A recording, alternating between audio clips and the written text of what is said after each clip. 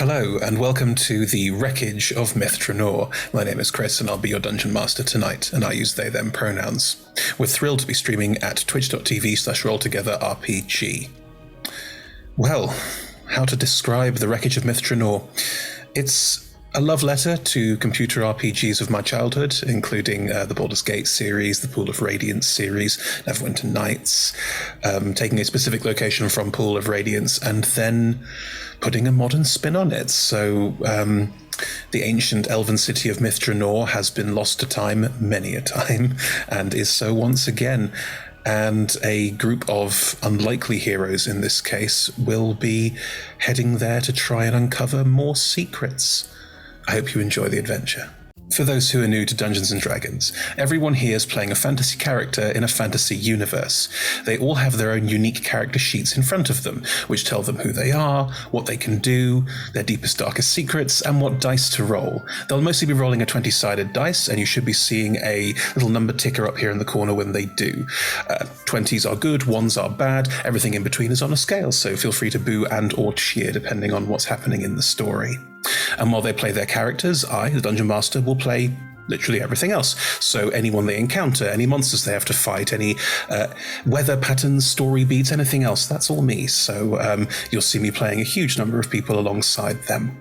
Now, I'm very excited to introduce you to the cast of The Wreckage of Drannor, so without ado, here they are. Hi, I'm Nat, I use she, her pronouns, and I'm playing Ildrathni Elendor, who uses she, they pronouns. Ildrathni is an elf, definitely not a Dhampir at all. No, mostly elf. And also a cleric and a little bit of paladin, and is currently traveling with a very, very ancient elf on a mission to go to the renowned city of Drannor. Hi, I am Rebecca. I use she, her pronouns. I am playing Ava, who also uses she, her pronouns. Ava is an Azamar, warlock of the undead. She currently has a dead patron, stolen powers, a massive vendetta with her god, and the Wand of Orcus sending demons after her, so that's all fine. Some people say that she's evil, and I've no idea why. She just has a lot going on. Hi there, I'm Nate. I use he, him pronouns, and I get played by G, who also uses he, him pronouns. And, I started off as a wizard, right? And then I hung about with some druids for a long time. And then that was when I became an artificer, sort of, for a bit. More like an apprentice, but then I didn't really finish my training. Most recently I made a warlock pact. And, I've been in some bands and stuff for a while as well. So I suppose you could say I'm kind of I like getting into a lot of different stuff. Hi, I'm Niall. I play Anton Rain. Both of us use he, him pronouns. Anton is a divination wizard and a little bit of fighter thrown in there. Once found out that he is a descendant of an ancient Netherese wizard, undead mummy, and is, not a descendant, but a clone, and is currently struggling with that whilst being a little bit obsessed with magic and mythlars. Hi, I'm Evie. I use she, her pronouns, and I'm playing Ephemera, who also uses she, her pronouns. Ephemera is a reborn druid of spores, and being reborn was killed, sacrificed to orcas at some point in the past, and through a wacky series of events is now traveling with her good pal Ava, totally not a terrifying angel person, with a wand of orcas being chased by demons. Life decisions have been made.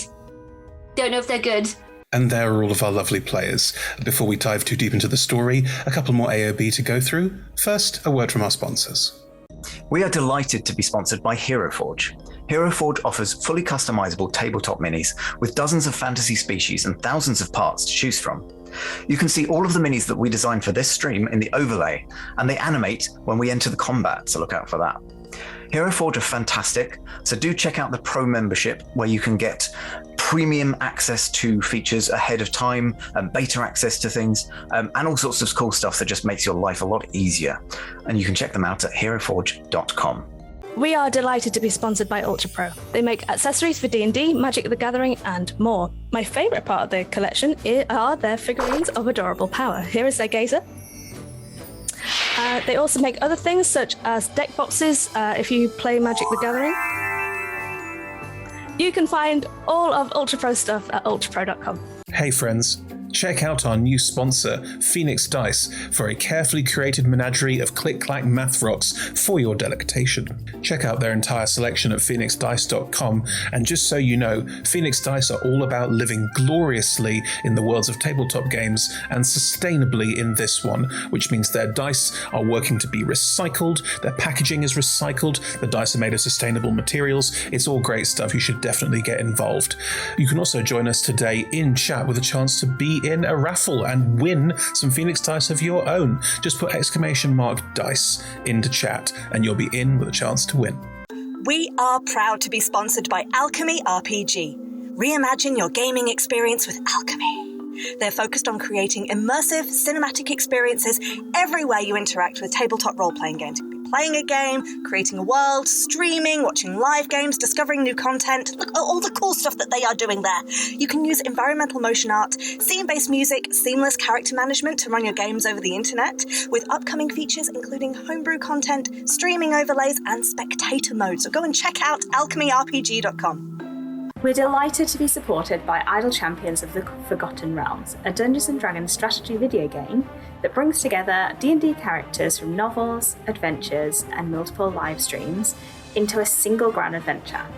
Select your heroes and formation and battle through waves of monsters for free on PC, phone, PlayStation, Xbox, and Nintendo Switch. You can pop exclamation code into chat for a free Electrum chest.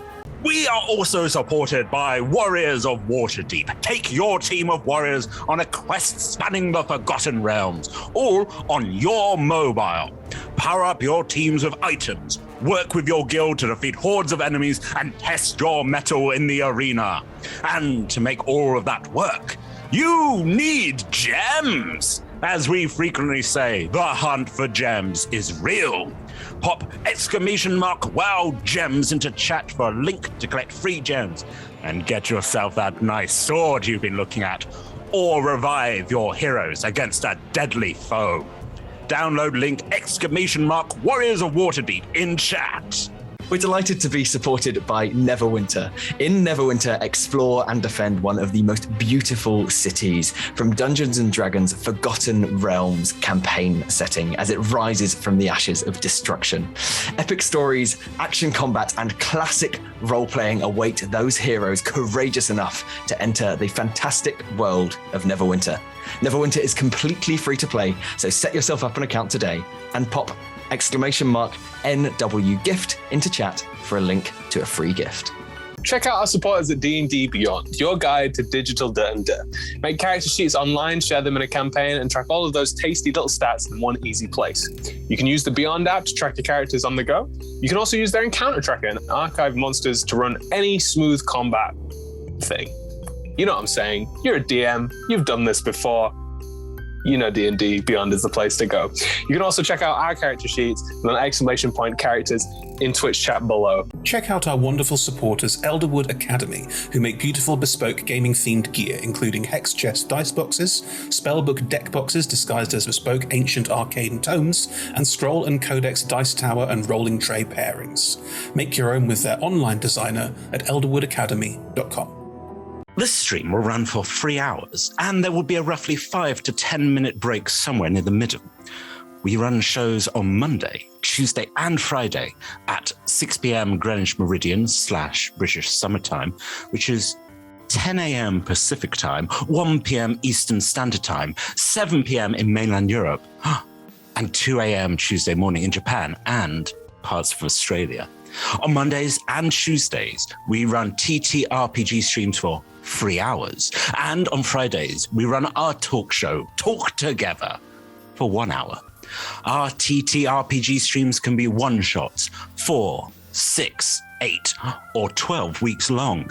You can always find our latest schedule at twitch.tv/rolltogetherrpg/ schedule. We are Roll Together RPG on all socials, so find us on Twitter, Instagram, Facebook, and even TikTok.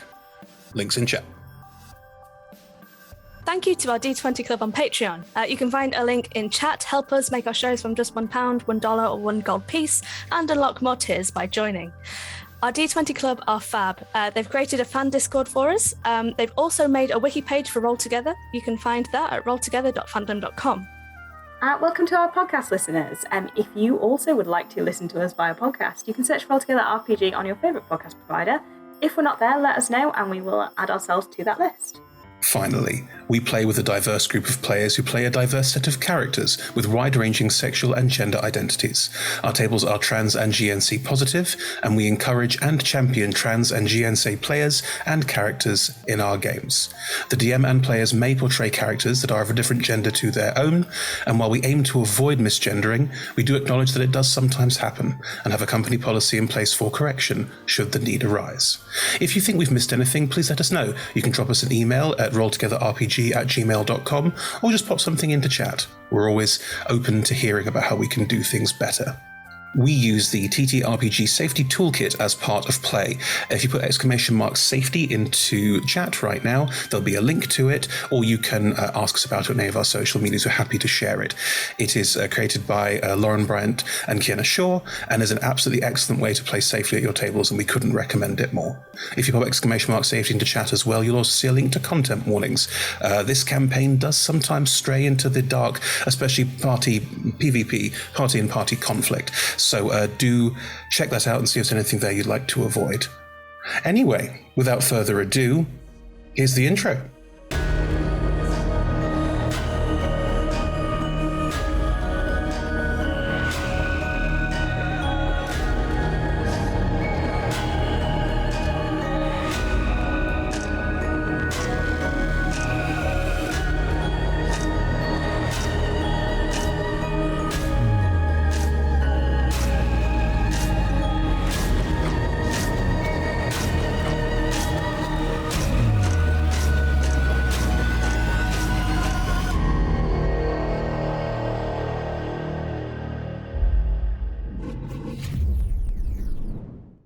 Hello everyone, welcome to episode 7 of the Wreckage of Myth Drannor. We have a fascinating starting point because the party is split. Oh no. I mean, the party split themselves. No,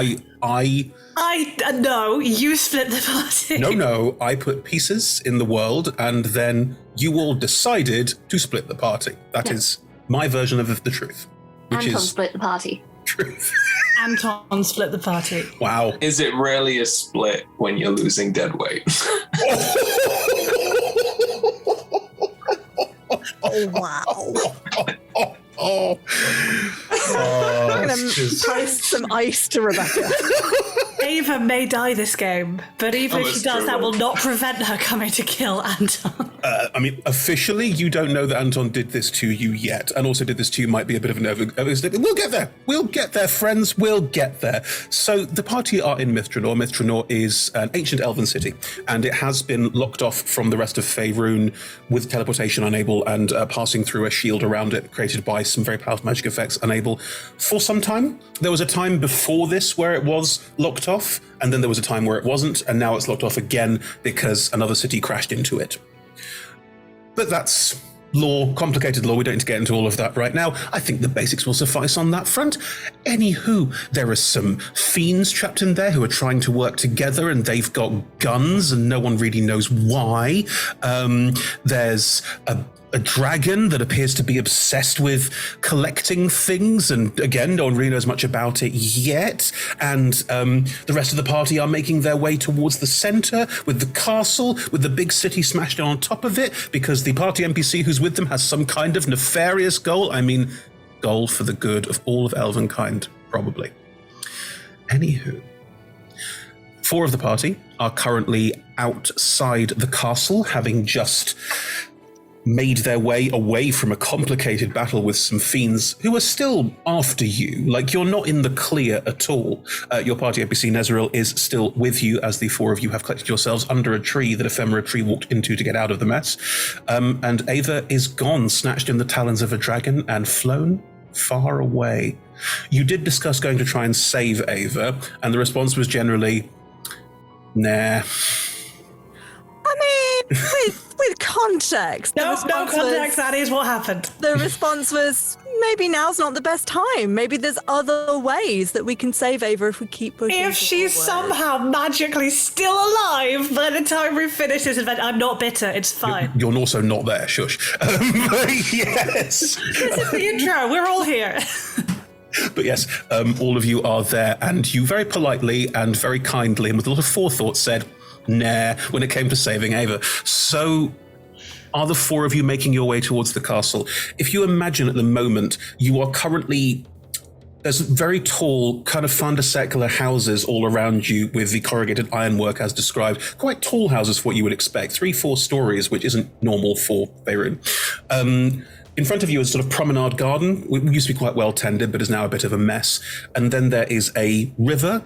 Looks like it's still flowing relatively normally, with a bridge over it. And on the far side is a rather beautiful castle with a lot of sweeping, curving lines, very elven lines to it. A little like, what's the French castle called in the middle of Paris? Help me.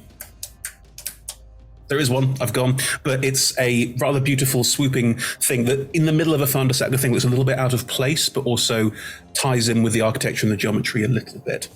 That is in front of you, and it looks like this gigantic flying city, which is basically a chunk of rock with a large city on top of it, almost skipped off the top of it like a pebble bouncing off a pond of water and landed nearby. So part of the top of it is resting on top of this castle, but it is sort of in weird balance, if you see what I mean. That's in front of you. I think we know where we need to go then. I mean, there are other things around if you want to look around, but that's like, the DM strongly advises that is clearly where the plot is. Is the road to the castle, like, big, wide, open road where the demons that were chasing us may easily catch up with us? Oh, yeah. It's across a river. It's a bridge. It's quite a wide bridge. It's clearly meant for walking, not carts or horses, because it's not paved in a way that would be comfortable for horses and carts and that sort of thing. But the bridge that goes across is quite wide and promenade-y, if you know what I mean. That look of, we should perambulate this bridge and talk about politics. Old dead trees in some places, some overgrown, but there is plenty of space to move, but not much cover. I might be able to turn us all invisible if we're worried about being followed. Okay. Will that do anything to clang, clang, clang, clang, clang? Yeah, a little bit. They won't be able to see where the clanging is coming from. Oh, good. So if I just run around in circles, then we'll be I might be able to do something as well, or this is Nezeril talking, or Ephemera, you've used abilities to quiet the party while moving as well, haven't you? Do, and I could be persuaded to utilize that. I mean, I can do that as well, so... Oh, fine. Ephemera, we agreed that we ought to keep pushing forwards. It looks like this next area we probably need to be on our guard somewhat, but I think as we're approaching, I was going to try and send a message to Ava to see if we can still get through to her. You can contact her? Yes. Yes. Not many times, and only 25 words. Yes, absolutely, yes. Okay. I want her to know I didn't abandon her, and I'm coming back. I am. Yes, of course. Anything else specific you want me to say? Just tell her to stay safe. All right. We'll, as we're walking, sort of hand on the hilt of the hammer. Yes? Telepathically, just in your head. You just hear, tell her Anton did it.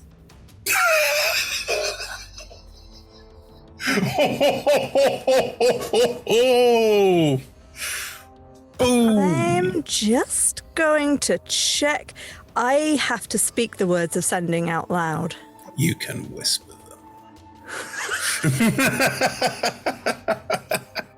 Hang on. I'm going to check the rules on sending because I think it might be important. It's verbal and somatic. It's verbal and somatic. Okay, is it verbal and somatic, but is it the words of the spell? That is an interesting question. That looks like a The creature hears the message in its mind. Exactly. Now, the verbal part of a spell does not necessarily mean you speak the words that are part of the spell. It means you speak the words that cast the spell. Ergo, I'm going to rule, because I think it's more interesting, that you don't need to speak the words out loud. Okay. Pressure! It's entirely up to you how much you want to screw over the party or not.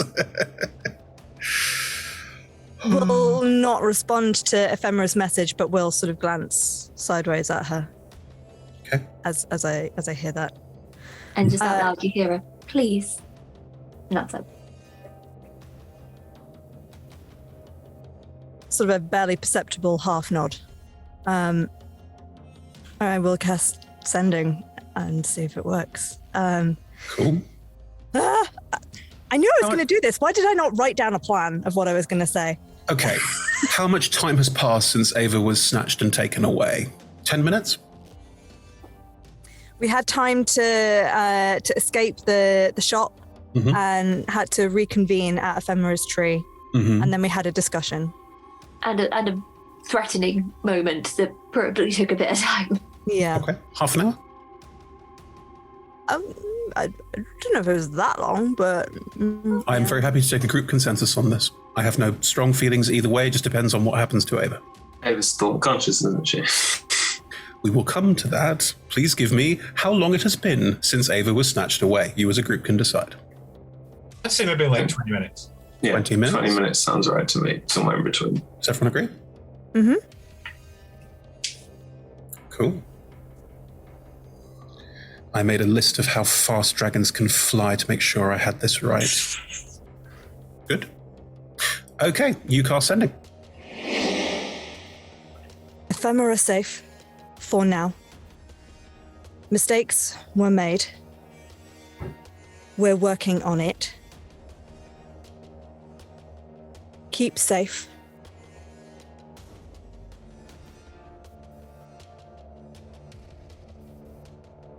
Stay alive.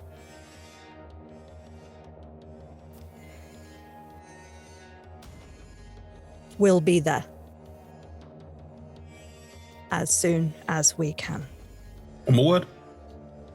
2 more words. 2 more words. Love Ildrathni! Do not say that.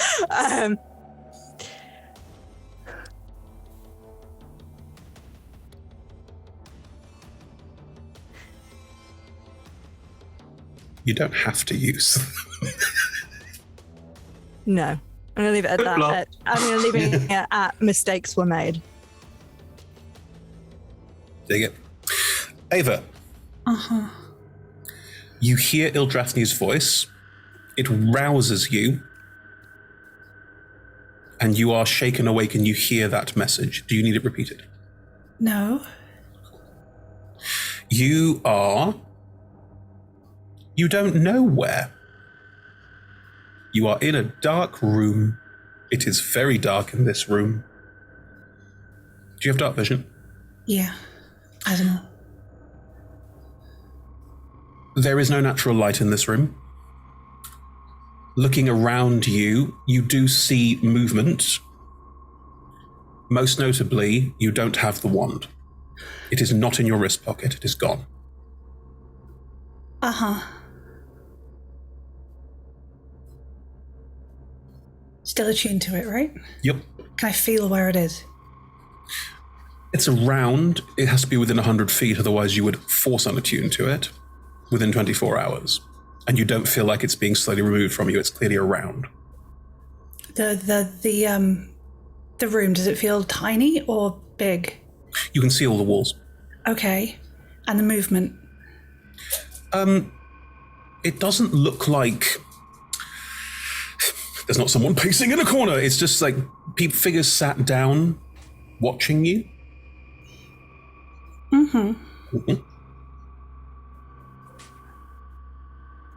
I'm not going to reply to Eldrathni. Spell fizzles. Yeah. There's too many pressing matters, and that was vague enough to be concerning. Yeah, if it's not we are on our way right this second, we're here as our action plan, get to this point, then clearly it's all fluff. They don't deserve an answer. Are you alright? Who are you? One of the figures.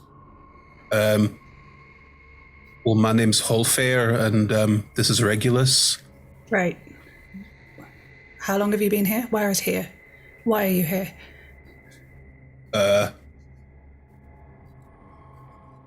And you are? Asking the questions right now. Right. Well, I've been here for a couple weeks, and Regulus, how long have you been here? Well, it's been... time is so fleeting. Hours, days. Right, that's very useful, thank you. Sorry, I'm not very good. I don't have a very good internal clock. Uh-huh. That figure is considerably larger than the other figure. How long have I been here? About 10 minutes. I had an item that matters, and it is no longer with me. Do you know? Oh, yeah, Nezel have taken that. Right. What did you have? Oh, that's slightly more complicated, and the figure will stand up, and in the half-light, in your dark vision, you see the face of Anton looking back at you. I pull out the dagger that Eldrathni gave me. Whoa, hey, oh, ha, Anton, why are you here? What? I want to, Chris. Ava remembers Anton going, well, if you want the Wand of Orcus, she's got it. Can I roll something? Because I don't want to metagame. Can I roll to see if that was just Anton panicking because he's an idiot, or if that was a deliberate selling Ava out because he hates her? I believe the words were precisely, what, you're here for the Wand of Orcus? And he pointed at you. Oh, that makes it so much better. Thank you, Dan. You're not here. Shut up. Right. Can you roll me an insight check? Yes, I can. I have a +9. Mm-hmm. Oh, God, it's a Rebecca roll, isn't it? It's a natural 20. Unbelievable. I'm sorry, 29, Chris, to work out if Anton's going to die. Hey, Niall. Can you roll me a post-deception or performance check? I don't mind which. Your charisma is That's awful. presuming that Anton was performing. Were you just being quite candid with that? Like, oh, you mean that thing? Get rid of her. I think Anton's too uncharismatic to even bother lying. Can you roll it for me anyway? Because I like the idea that you tried, but it was shit. Well, there you go. That's a 2. Which means you rolled a... No. I have rolled in total a 2. I rolled a 3. I have a -2 of these things. Ava, Anton sold you out.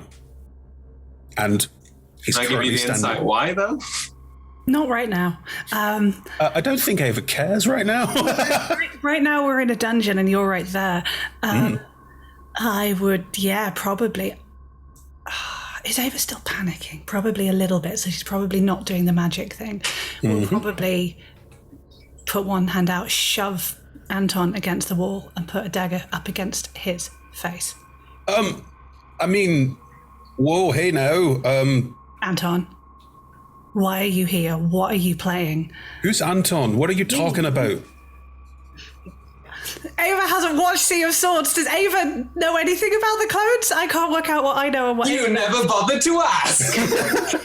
Has it ever been brought up? Has it ever been brought up by anyone? I don't think it has. Okay. No. For the audience's benefit, Anton's a clone. Anton is a clone of a Netherese wizard who cloned themselves repeatedly to try and find a way to cheat death. It didn't work. Or maybe it did. I am metagaming because I don't want to actually kill this person, but Ava wouldn't. I'm just going to send 6 Eldritch Blasts straight into this person. Nothing happens. Why? Because you're in an anti-magic field. From behind, a very large hand is going to grab you by the scruff of your neck. Roll me a contested grapple, please. Oh, good, with my 5 strength. You can use dexterity. Don't at me. Oh, well, that's a 7. That's much, much better. As I said, don't at me. Right, I'm going to roll an athletics check. Yeah. As expected, 21. This large figure just lifts you up and is now holding you at arm's length. And you look into you've never seen one of these before. It is a humanoid face, except it's a hippo. It's just holding you. It has a monocle and is wearing a rather fetching Edwardian frock coat and is just standing there holding you up. Let's have a bit less of that now, please. I think that's a bit, There we go. It's going to reach out and it's going to try and take your dagger off you. Nope, put me down. Will you stop trying to stab me and Holfair? If you stop. Who? That's Anton. No, it isn't. Okay, I'm going to put you down and we can talk about this like reasonable people. Uh-huh. Are you a reasonable person? No. That's complicates issues somewhat, doesn't it? If it helps, I'm just gonna back up a little bit, walks back a little bit, and we can talk across the room.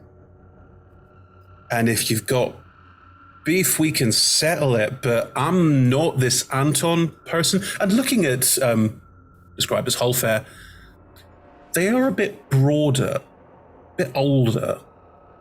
They still have the beard and hair, but the hair's a bit more kempt, and the beard has flecks of grey running through it as well. They look to be about 10 years older than the Anton you know. Do you have He's 35 and he's already going grey. It's a hard life as an adventurer. I've had grey in my beard since my late 20s. Yeah. Oh, wow. Put me down? Put me down. The large gift, Regulus, will put you down. There we go. Do you have a son or a younger brother or a nephew called Anton who has your face but is a scrawny, shitty little bastard? She's not scrawny. Take that back. You're not there. Shut up. No. Sorry, I'm totally lost here. I'm an orphan. Maybe there's a long lost brother out there. That might be quite nice, actually. Oh, it wouldn't be. It's the worst. I'm going to kill him. Oh, that's okay. Sorry. This is all quite a lot. It's fine. I am Ava. I'm Holfair. That's Regulus. We did this already. Sorry. Hi. Yes. I was traveling with a group of, my friend, and then 4 other people, who. And you had something that Nez wanted. Yeah, and I wasn't going. It's not just that I want my things. It matters. It's really important. It always matters. I mean, Anton, the one with your face, wanted to get rid of me because he's a coward, and he told Nez that I had it and what it was. And now I'm here. Not gonna lie, it's quite disappointing to find out that you have a sibling that you didn't know about, and then also that they're not great. Like, I'm really sorry. If it helps, I found out that my adopted family turned out to be terrifying, bigoted cult members. So we can talk about this when we get out. Oh no, my adopted family's lovely. I was raised by elves. They're great. That's really nice. I'm really happy for you. Why are we still here? If Nez wants our things, why are we here? Okay, there's quite a lot. We're good. You're not going to kill me. No, unless you give me a reason to, which I think is fair given the circumstances. Sure. I'm not planning on it. All right. Well, you'll probably get the tour in a minute, but before you do, let's see if we can talk this out. And what do you mean the tour? They will sit down and encourage you to sit as well. I was pacing. You are being vague. This is not reassuring. Tell me what is about to happen. Okay. We'll hold there for a second in that side of the game. the 5 of you with Nezeril, are making your way across the bridge. The message was sent, and Ildreth, you know it got through and that there was no reply, which means you got the 3 dots and then they vanished. Yeah. Sorry, that's a very specific reference, but I think you know what I mean. Yeah. Okay. Well, there's a blue tick next to the message. There's 2 blue ticks next to the message. Yeah. Okay. Good news. She is alive still. She did not reply, which suggests that she is busy. That does not mean that she is fighting. Or maybe she just doesn't want to talk to me. Both are equally viable options, I think.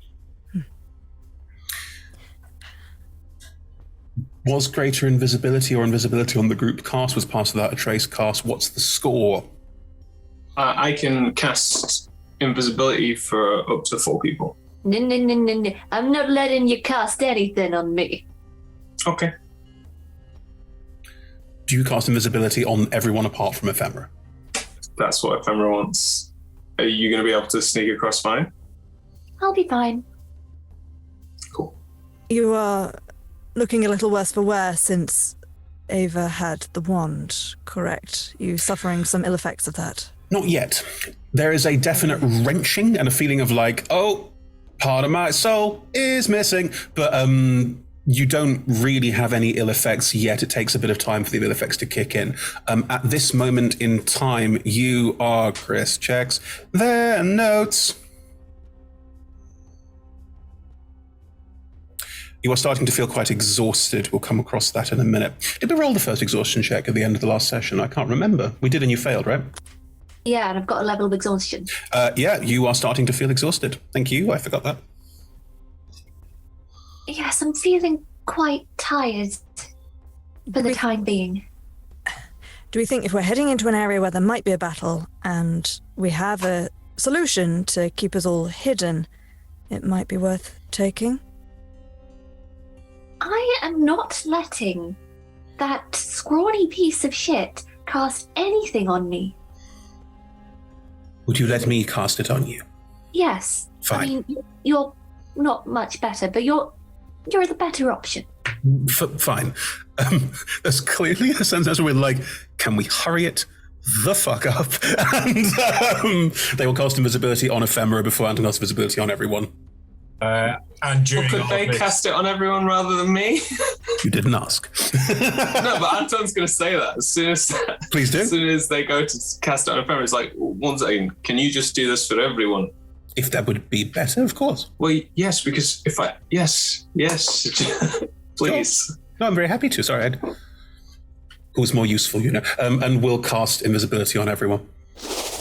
And around the same time, or maybe while this argument is going on, Nate has cast Pass Without Trace on everyone as well.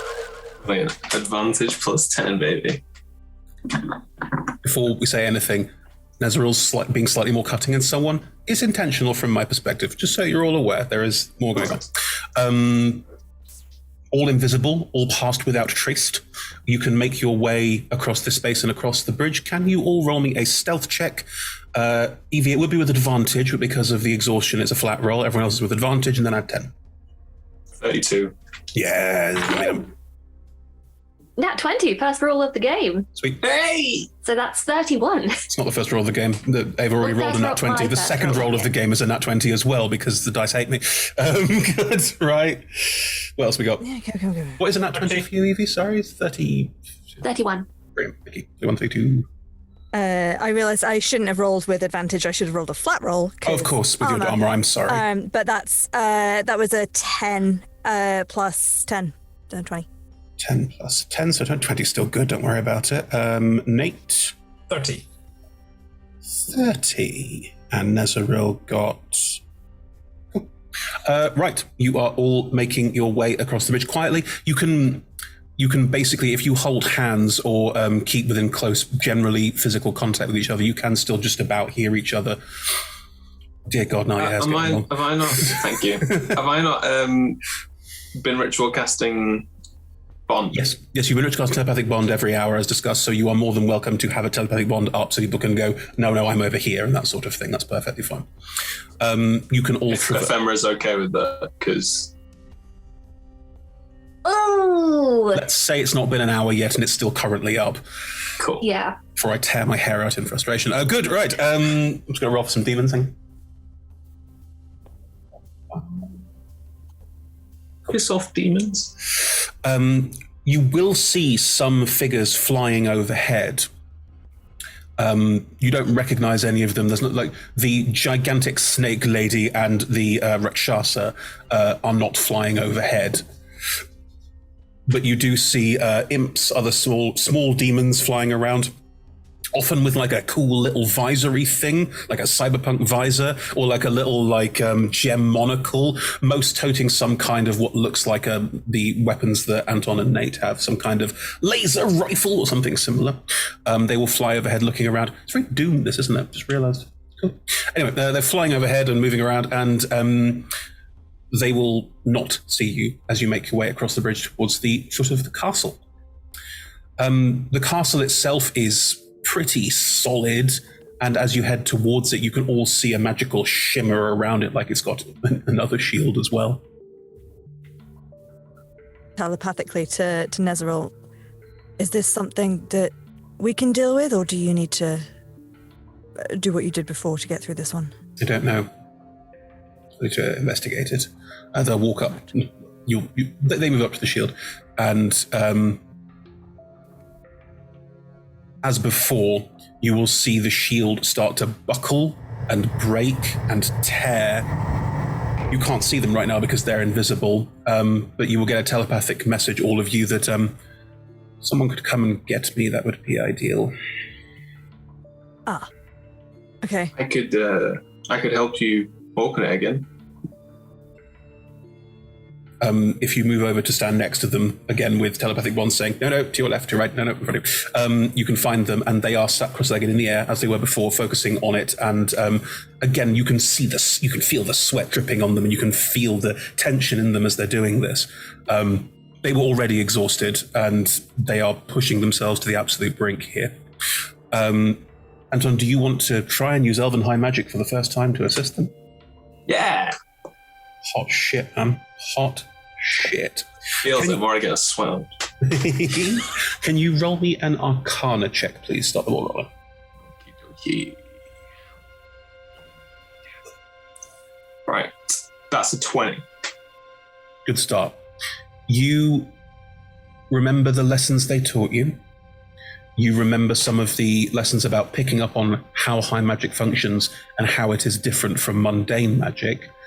You sit, you focus, you concentrate, and you can feel yourself keying into that way of viewing the world, of seeing it differently. How would you envisage this? You know about high magic now, so how are you envisaging this differently from regular magic? I think with regular magic, you're literally like drawing upon sigils and words of power, and sort of like using that science of Arcana. Whereas I think for this time, Anton joins in that pose, and he can start to hear that hum that Nezeril is humming. Mm-hmm. And as Anton joins them, they like join in that hum, and they can start to feel magic through the world, rather than having to like put numbers into a calculator and figure out algorithms. It's like theory versus experience. Yeah. Like for the first time, Anton's actually touching magic, and he feels connected to a weave. Mm-hmm. As you feel the weave all around you and feel Nezeril next to you, and the hum almost guides you in. The hum is a specific note. Anton's not very musical, so I'm not going to get into detail about that, but each universe has a harmonic frequency, which Tom set up in Crash and Burn.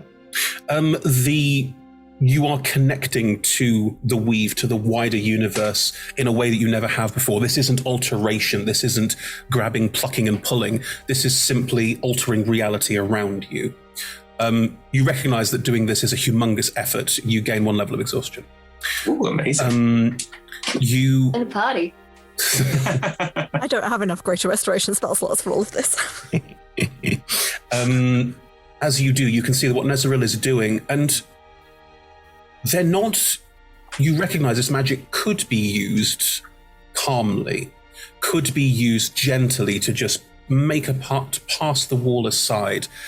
They are using a bit of anger and a bit of frustration to punch a hole, to cut in deep. They are wielding a lot of violence at this, which you feel in that moment.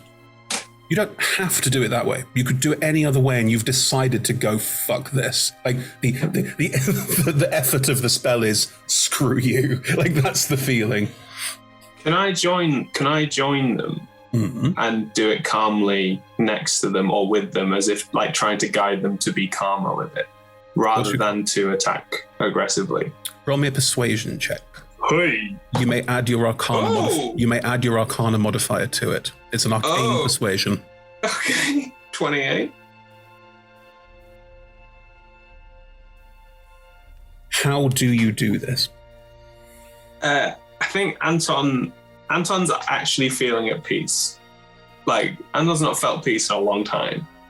And the fact that he's seeing this anger being used to use magic in such in an emotional way, he instantly kind of reverts to his base nature, which I think is what he hoped it would be.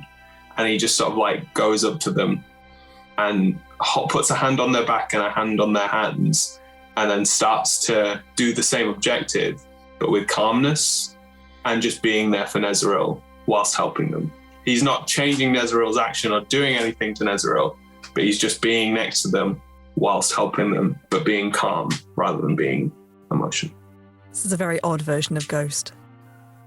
Oh, my love. I was about to say, I think the invisibility would drop because Nezeril cast the invisibility, and you would all see that this is it is touching. It is like a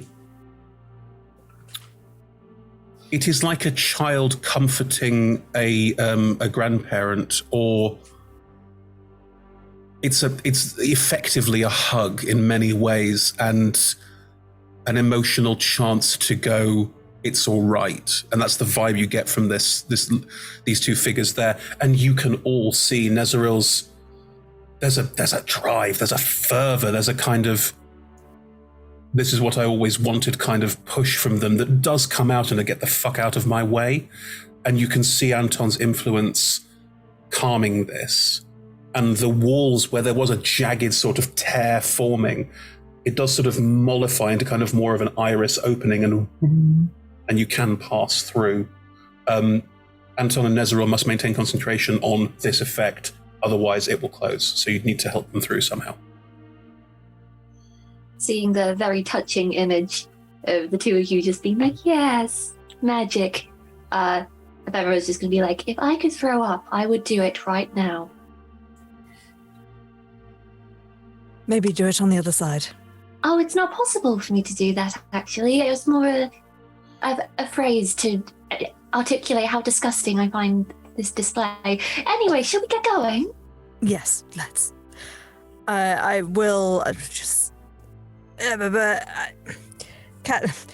guess use the... If a guidance would help, Eldrathni will sort of... eyes to Nate to see if Nate has Anton, and will try and guide Nezeril through. Yeah. I mean, Nate's doing probably the same thing he did last time. He's pulling out his kazoo. Levitates. whoever you don't go for, then. Fine. If you've got Nezeril, then we'll... Because I'm assuming Anton can walk. It won't take two of you. Like, they're right there. You could just, like, one of you could go, it's all right, and herd them through. It's not a problem, exactly. Yeah. Okay, fine. You'd go, one of you take one of you take the other. No, otherwise they can't move. And of course you can. It's fine. Between all of you, you manage to take both of them through. And Anton, as you pass through into the shield, you can feel Nezeril's trying to release the energy that you're currently holding in check with them. Do you join them in that? Yeah, I'll let it close again. It drops, shield reforms around it, and Nezra is once again even more exhausted, and Anton, you are starting to get exhausted. It is it's a beautiful, magical thing. You can be proud of what you've achieved, and you've learned something, a really important new ability. But it is tiring. There's a lot. And inside this shield, you can see that some of the fiends floating around outside may have started to notice something was going on and flown over, but they clearly can't get inside. They don't get too close. Cool. That was incredible. Well done. Thank you. We should keep moving. Aye. Yes. They will head towards the castle. They're not spry, still not, but they are moving forward with a lot of purpose now. Cool. Back in the dark room. You enter a dark room. Ava. Mm-hmm. Holfair is sat, and Regulus is sort of crouched between the two of you because not quite sure that you're not going to do something violent. And you are pacing, correct? Yes, it is on edge, nervous pacing rather than I'm about to imminently murder either of them. That's fine. That has dropped since I've become more convinced that Holfair is not Anton. Holfair is not Anton. Right, so Holfair, I was raised by elves, so when I say I work for the Olingise, you can understand why. If you know what that is. You don't know what that is. I had a fairly sheltered upbringing. And look, sorry, I'm very interested in your life, obviously. No, it's relevant. It's important. Okay, but you said Tor, is someone coming imminent? Is something about to happen? Well, yeah, Nez will want to show you around at some point because that's what they do. Right. That's fine. Okay, sorry, please continue. That's fine. The Olingise are an elven sect. It's our job to protect elven magic. Mm-hmm. And I was sent here because there's clearly a problem with elven magic. That was before the Second Fall, so we're talking like 15 years ago. Mm-hmm. I worked with the Baelnorns that live in the castle to try and look after the stuff here, and Nez was working with them too. Okay. Right. Nez is obsessed with the end of the world. Like apocalypse stuff. Like every time someone almost made a thing that nearly destroyed everything, they want it. That's their jam. They collect that shit, and it's through this entire place. And when they were working with the people here, they've got a thing that's a thing with what we had in the castle that's really, really bad. What is it? I mean, how much time have you got? Give me the spark notes, the fantasy spark notes. Do you know who the Imascarans were? Roll a history check. That is a flat 7. Can you answer that question, please?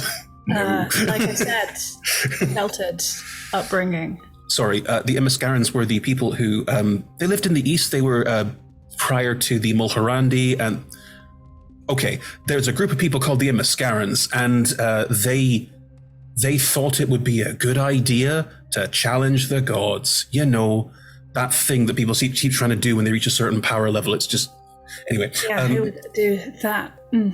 They tried to summon something that would let them do that, a creature, and the gods responded by annihilating them and splitting its mind and its body into 2 separate things.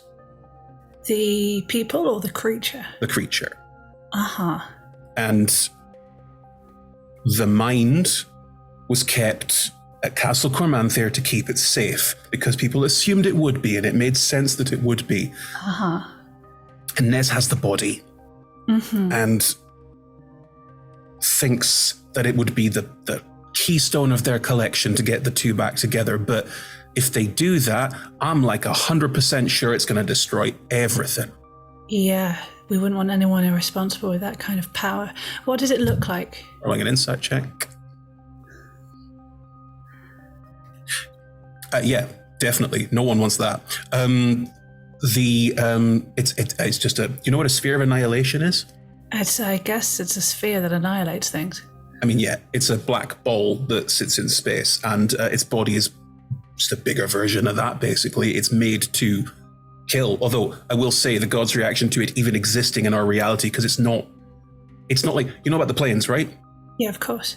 Okay. It's not even from any of those. It's from like a plane that intersects us at like a right angle. It's not even. Are you aware of the concept of an elder evil? Is it an evil that is elder? It's a thing from beyond space and time that will destroy everything if it can. Then why did these people think they could target it at one specific god? That sounds foolish. It was going to do that. They signed a contract with it. Oh, I see. They were going to achieve it, and the gods went, no. And obviously, so we can keep it safe and separate, can you pick it up? Will it, No, it would annihilate you in a second. It has no mind, no sentience, no purpose. It's just a floating sphere. Have it? Nez uses anti-magic fields all around this space. There was lots of magic lost when Thultanthar fell. When the city fell on top of the other one, because that was already there beforehand. Dranor's got some weird magic shit that goes around it. You may have, if you cast spells, right?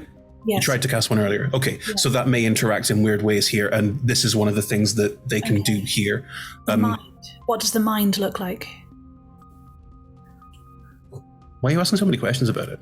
Because you've just told me there's a potentially world-ending thing very close to the other world-ending thing. They can't be brought together. I'm heading back to the castle. If I keep an eye out, I'm quite powerful. I might be able to stop it. So you want to get out? Yeah, of course. And I want to stay stuck in a dark dungeon with you for the rest of my life. And you want to stop this from happening, just to be sure, because weird people come here. I very much want to stop Nez being able to destroy the world, yeah. Both of them will, like, stare you down with piercing eyes.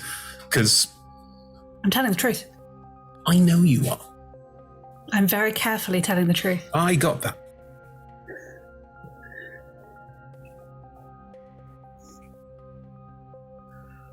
Okay.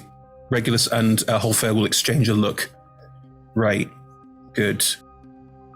I mean, okay, you're on side, and you haven't reacted with, like, nothing is worth doing anymore, so this is all good. This is great. What do you mean nothing is worth doing anymore? Okay, I don't know about you, but when I joined the, they're called the Olingise, but the elven sect that I'm part of, it was, like, there was a part of me that was like, oh, I thought life was like this, and suddenly there's all of this. You know? Uh-huh. And it wasn't easy. It took a bit of time to like put the pieces together, but okay. Oh. Right. I find that if you have a concrete goal that you're working towards, you can endure all things. You seem very with it. That's good. That's very good. What were you doing here? What brought you in? What did Des take from you? I was part of a protection party for an older elf who I'm wondering entirely if they're up to what they say they are, but also this object is dangerous and bad, and this elf had told me that if we could trap it here safely so that no one else could use it because of the way nothing can get in and out. Again, I don't really believe this was entirely what they wanted. I may have been naive. Oh, don't worry. I mean, we got trapped here a long time ago, about 7 years ago. Our skiff was just floating as we usually do, and suddenly got caught in some kind of vortex and ended up here. Couldn't get out again, so me and the lads all, tried to make do, and got all of our stuff nicked. How often does Nez get you out to gloat at all his nice stuff? Well, me and Regulus don't get out much anymore because we've made our feelings about Nez pretty clear. What I'm saying is, if you don't do that, and if you try and get on their good side, then maybe we could find a way out of this. That's why I'm sorry I threw so much at you at a quick go, but we need friends here. You're saying if I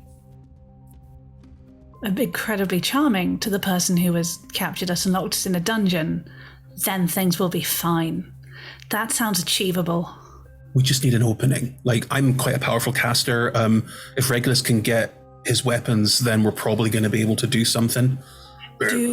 Does the anti-magic shell, is it attached to this cell, or does it follow you? There's various rooms around here. When they come and get you out of here, they have a system by which they can put you in an anti-magic space in a smaller space, so you'll probably not have access to magic immediately, but they don't like that they have this. They don't want to imprison people. They want us all to be friends and hang out and stuff, and like they I think they like to forget that we're here because we weren't friends. We just need to give an opening. They kidnap you friends, understood, and if you refuse to pay along, you stay in the dungeon. Well, they like to tell people about their stuff. Right. Okay, I can lie sometimes. Great, good. I used to be quite good at people once upon a time. You seem very charming to me. Thank you. Could you tell my new acquaintances that? Okay, so you think if when they come, be perfectly friendly, convince them that I don't need the anti-magic, because obviously, I'm here to stay and have a lovely time. And then you think, okay, where are your weapons stored? Do you know? Have you seen them? What do they look like? Well, mine are part of the collection because they're potentially interesting. I come from a species who use firearms, so gunpowder weapons, some laser and other things. What do they look like? How will I know it when I see yours? It's mostly sort of, they're made with quite big hands and they're sort of clockworky and there's a bit of gold filigree on them and that sort of thing. We're quite particular about our arms. They'll be in one of Inez's display cases. But also, do you just fight if I can find something big and heavy for you to fight with? Oh, yes. I'm a battering ram. And if they drop the anti-magic field around me, will it also drop around you? Because even if I find you a weapon, you can't use it. You still need your magic. I mean, I'm a caster. I'm pretty useless without so how do I get them to drop it around you? We'd have to get out of this room. Out of this room, and then keep them busy enough not to recast it around you specifically. It's not a recast. It's some kind of turn it on, turn it off item. Okay, they have an item. Do you know what it looks like? I believe it's attached to the room somehow. I'm not 100% clear on how they're doing this. They have access to magic and use it, but they're not casting. They're doing something with items or pieces that they have on their person. So if we keep them occupied enough, then once we get you out of the room, they won't have the concentration to get you into your own personal little anti-magic field, we hope. I was going to suggest, if you're up for it, that while we both realized that it was a problem to be quite so combative at first glance with Isnezagon, you could potentially suggest that we're turning over a new leaf, and there might actually be opportunity for us all to... This does, however, sound like I'm doing you a lot of favors, which I'm perfectly happy to do because you seem perfectly pleasant and rational people. However, I was wondering, given that admittedly it would be a lot simpler for me to get out of here than to also come back and get you out, it does feel like maybe you owe me a favor. Is that something you'd be willing to discuss? Oh. Obviously, if not, I will do it anyway out of the goodness of my heart because no one should be trapped here. But I also do find myself in need of some help. And if you would be willing to return the help offered, I would be very grateful. What do you want? The people I came with, the one who looks like you, which is, I apologize so much for my outburst, but he betrayed me. He is the reason I am here. He is threatened by my power and could see the rest of his companions warming to me, and he was losing the hold he had over them. My friend, she is young, she is vulnerable, she has no experience of the world, she is still with them. I think the only reason she hasn't come is because they have manipulated her in some way, and I'm scared for her. There are a couple of others who are arrogant in their own ways, but maybe can be salvaged. This wizard needs... My friends need protecting from him. I'm not powerful enough to do it on my own. Will you help me? All right. I have a lot of people, a lot of GIF. Sorry, we're called GIF. I know we're not very common on this plane, so Pleasure to meet you. You too. Well, there's a lot of us, and we can rally for a common cause. Army. I get an army. Alfair, you had your own things. Yeah. Look, I'm willing to do quite a lot to stop Pandorum. That's the name of the creature. I don't know this other version of me, and I wouldn't want to, kill someone I've not spoken to and had a conversation and understood why something's happened. If nothing else, this nice little anti-magic cell seems like a very good place for him to live out the rest of his days. I'm not a murderer. I have no interest in killing someone, but my friend, she needs protecting. I think there, for the first time, we strayed into a deception check. I think so! Although Ava does not see herself as a murderer, so she have killed people. That also. Is that the same thing? It's fine. I have a +10 deception. What can go wrong? 28, Chris. Okay. I do have to roll. You do? You do. could beat it. I do like my charisma, though. Holfair will nod, and Regulus will nod as well. What's your insight? What's your passive insight? 19, it's really high. Regulus will nod as well, but there's a slight, it's a slight look. Regulus is not smart. Not at all. But he is wise. I think in recognition of that, almost imperceptibly, Ava will dial up the damsel. If she has misrepresented herself, it is in sheer anxiety and fear for her friend. She has no intent to deceive. She's just very concerned, is maybe not quite aware of what she's saying. Okay. That is what you do. Uh-huh. Right. Oh, I have one more question. Assuming that Nez is going to be coming sooner rather than later. In the tours, I hope you were paying at least some attention. Is there anything that we could use to fight our way out? Well, I had some thoughts. We'll come back to that in a second. So, the four of you are inside the shield around Castle Cormathyr, and you are heading towards the outer wall. The castle is still a fortress. It is still protected. Are you looking for a way in? What's your plan? Nezra will be storming forward and looking for a way in by themselves. If you don't join in, that's your prerogative. They also storm quite slowly. I'm pretty tired by this point. What kind of defense is is it just a big massive wall? It's just walls. Yeah, there's a wall around the outside, and it's crumbled in places, and the plasterwork over the stonework is cracked, showing stonework underneath it. But it looks pretty redoubtable. You could start looking for a front door if you wanted, or move around. I will let you all roll before Nezaril jumps the gun. They are currently moving about 12.5 feet around. No, not even that. They move 25. Yeah, 12.5 feet around. So they are moving very slowly, but they're rushing. They feel very close to their goal, and they've got that kind of single-minded drive where they're clearly burning themselves out, and might be cause for concern. It's up to you how you feel about that, but they are not being very rational. Nezril, darling, do we think it's worth checking to see if there's...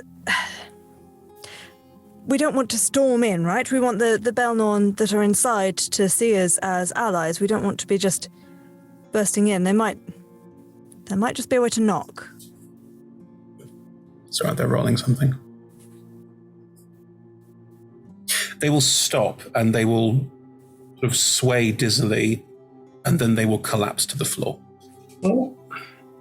Okay. I'm going to insight check this collapse. I mean, we'll go over. But... well, that's not great. That's an 18. They are genuinely exhausted and appear to have fainted. Yeah. Okay.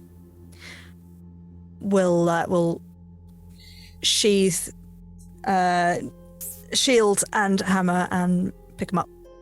As you pick them up, they will blink out slightly. I'm I don't know. I was so close. I suppose caution is advisable. Can you, I trust your judgment completely, Eldrathni. Can you take the lead on this? I will, You don't know you're being lied to. Shut up. I trust you entirely. I will follow your lead, whatever you think is best. Very well. Right.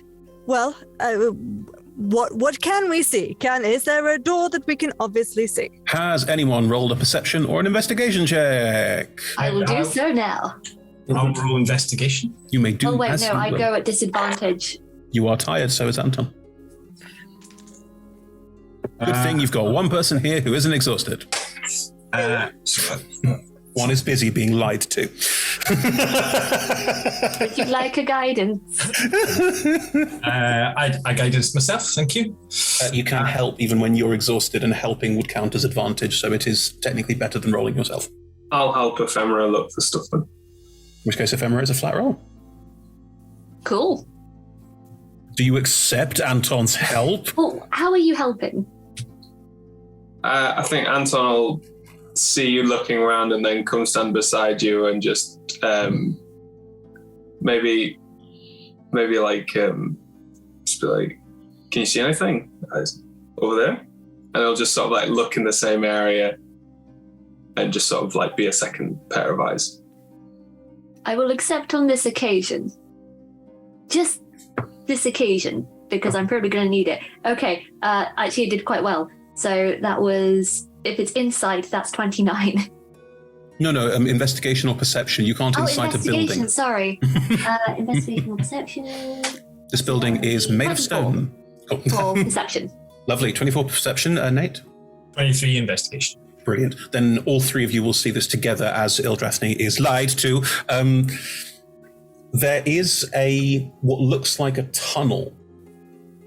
It's not part of the building structure. It has been dug in the side of the building. And there appears to be a body half hanging out of it. It is large. It is bigger than all of you. Like a dead body? As far as you can see from this range of the 23 perception, yeah, it's about 50 feet away. Is it humanoid? Ish. From what you can see, it looks relatively humanoid. I'm going to go check that out. Excuse me. And I'm just going to beeline towards it. Telepathically. I'm sure there's nothing suspicious about this. No, not Telepathically, you'll just get if it moves at all, let us know. You just get a, yeah. Shut up, Mum. Ephemera. How far up the wall did you say it was? Not up. In. It's at ground level. In, sorry. It is at ground level. Ephemera. On the floor in front of you is a large creature. It's fucked up. It has no head. It has shoulders and neck that grows out, but then it grows up too far for a traditional neck, i.e. where the beginnings of a head would be, and then grows over. So it's like a big headless thing. Its entire torso, from about breastbone down to mid-stomach, is a gaping maw with too many mouths.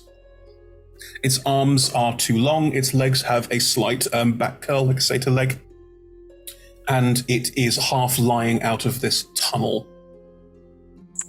Horrifying. Can I check it for signs of life? It isn't moving, and it doesn't have a pulse. You're not sure if it ever had a pulse. It looks to be... Roll me a nature check or an arcana check. Because I'm there, can I help? Ephemera, do you accept Anton's help? Again, how is the help being offered? Well, whatever thought process you'd be going down, he'd be trying to help with that. Like, if it was like, oh, this looks slightly demonic, well, it could be lists off certain demons, or if it was like aberration, he could be like, well, sounds like you maybe... just get I got this. Nah. Which is good, because I rolled a 16 and an 18. My dice is blessed. I don't know what to tell you. So 16 on a nature would be a 24. Okay, sorry, I just read the stat block, and they're described as a tall, naked, sexless, and hairless humanoid. That's just a sentence. Anyway, sounds like me on a Sunday night. Yeah, just. Sorry. Not hairless. I'm never hairless. Right, it is a. It is clearly some kind of construct. It is not. It was constructed. There's no like obvious welding marks, but it's not. It wouldn't. This thing could not live on its own or procreate. It has no ability to do that. It looks like it was made for some kind of purpose, but you're not sure what. Anton, were you helping or were you told to fuck off? I can't. I was told to fuck off, but I think Anton's gonna think that it was made by that beholder, the surgeon. Interesting. That was my thought. Does it look similar to? No. No. It's not like bits of flesh molded together. It's like some kind of weird arcane golem style thing, but it is clearly very dead. Anton, roll me a history check. I think the history is... Oh, okay, so it's 14. Something about Netheril. You can't remember. So there's a Netherese thing. That's all I'll say. Does it look like if someone were to raise it from the dead that it would be a problem? Like, be able to actually move? It cannot be raised from the dead. It is a construct. It has no life and never did. Fair enough. Has it got any blood? No. Sorry, I just wanted to get Ildrafni some lunch. Good thinker. There's no liquid pumping, or it has no veins. It's seriously alien and fucked up. Well, it's got like a shark's maw. There's teeth inside teeth in its tum. Can I take a tooth? Sure. Yeah. Looking at the hole in the wall and looking at it, it might have made this hole with its tongue. So it nommed its way out. Or in. But it's coming out. It's half in, half out. The direction it's facing, it was probably on its way in. Oh. Interesting. Body's full. Any sign of what annihilated it? No, it just looks to be collapsed. Interesting. How much of the hole does it fill? If it's created it itself, presumably all of it. It fills. Lying down, prone on the floor, partially supine, you would find that it fills probably a good quarter of it. Also, there's a very large hammer, which it probably used alongside that to break things down.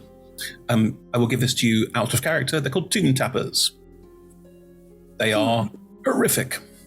Please Google them and be horrified yourselves. Internet, my gift to you. That tune with a... tomb, T-O-M-B. Oh, okay. Tune tappers. Anyway,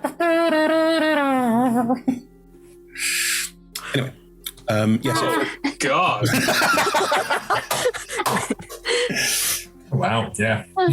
I saw the image, and the only thing I can think of is I would want one to be a bard and just to sing through the tummy. Unfortunately, they're not a character class, but I agree with you, Evie. It's awesome. And then to have an accordion around the neck while they sing, that would be amazing.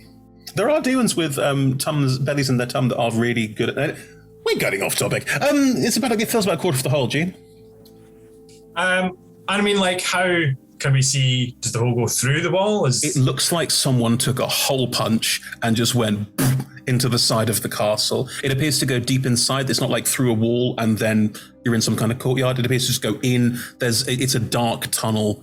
It's like someone basically did a graphical anomaly test and went straight through it with some fraying around the walls. Does that seem slightly too convenient to anybody else? Possibly. Anton, did you mutter something about it maybe being Netherese? Do we think maybe it just came here when the city crashed? It's probably part of their weaponry.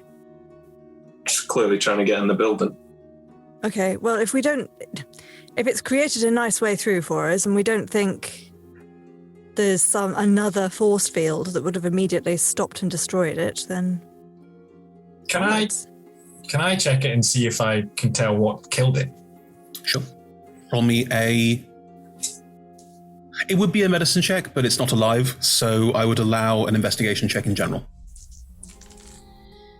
Cool, so that's that. So 24. It looks like whatever animates it, whatever makes it move, ceased to do so.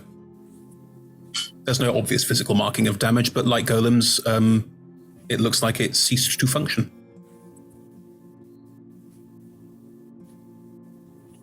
Cool. From that, then I think Nate is going to, whether if he has to climb over it, maybe, but I don't know. But there's probably some kind of cool, like moving around it to get inside the tunnel. Yeah. It's going to start, getting into the tunnel and having a closer look. It is weird. It is like someone took a circular sort of, like someone took a cookie cutter and just went through a building, and it's jagged because pieces have fallen off where it cut in, but it is pretty straight and pretty uniform, and it's disconcerting. Oh, this is weird. Figure out how that would work, because its tummy is there, but it needs to stoop down, which means its tummy would need to go forward. Uses the hammer, spins the hammer, and breaks up as it goes as well. Its tummy just crunches up what's there so it doesn't leave a ton of debris behind. Doesn't do some weird back-bending things. Yeah. Like stomach first. You know, looking at the picture of it, I'd say probably because it adds to the fucked up nature of it. No, it's no simple using a hammer tool. It's actually just the weirdest fucking thing you've ever seen. Yeah. Are you going inside?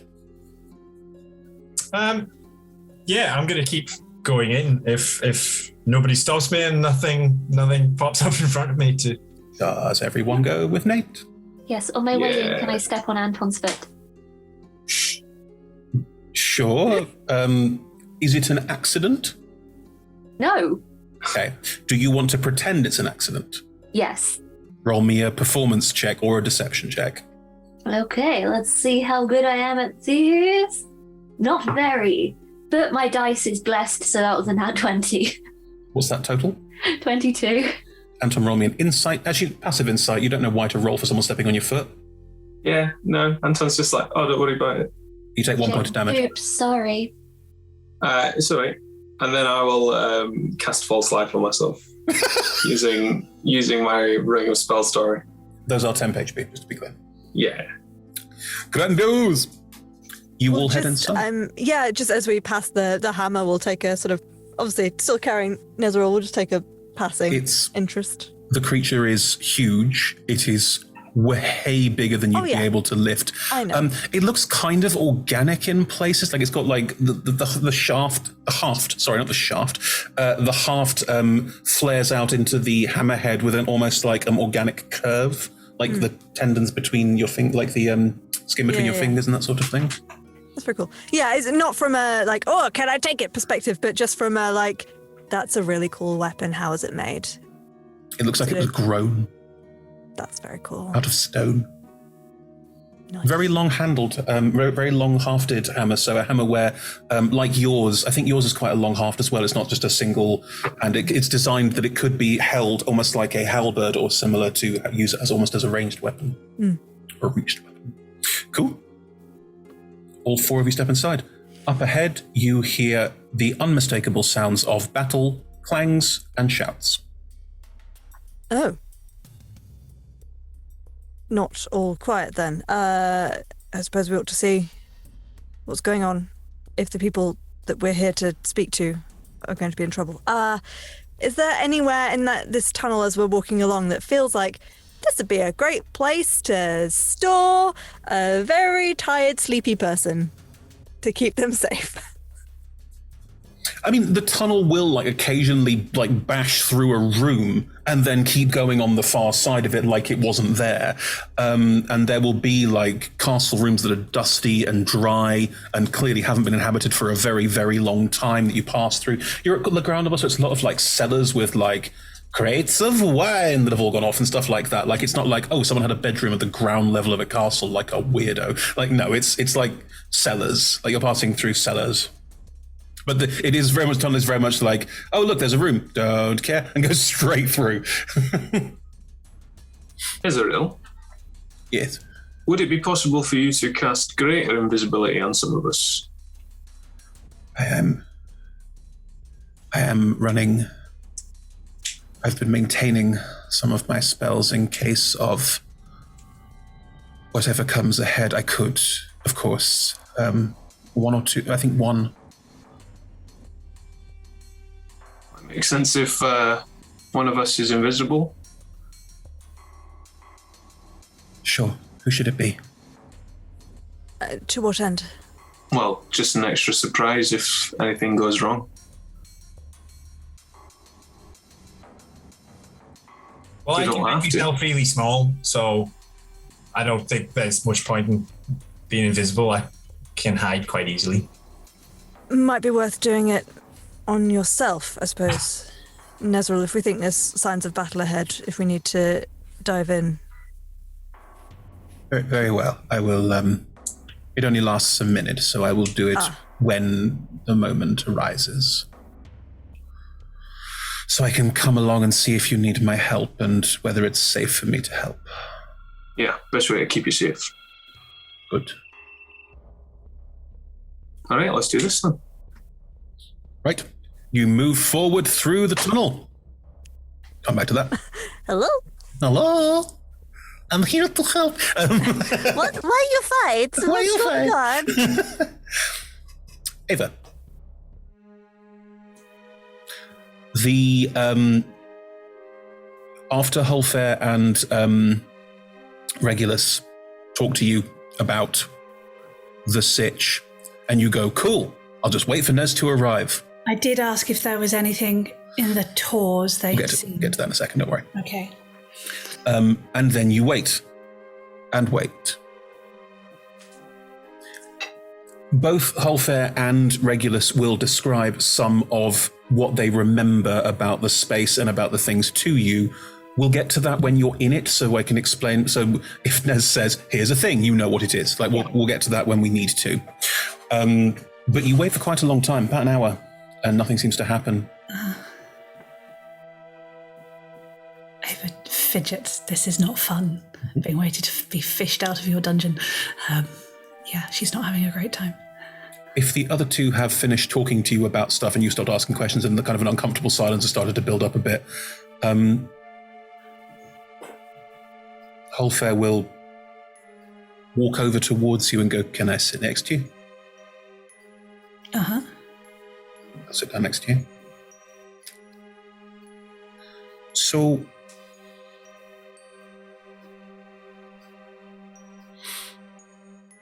you clearly don't like whoever this Anton is.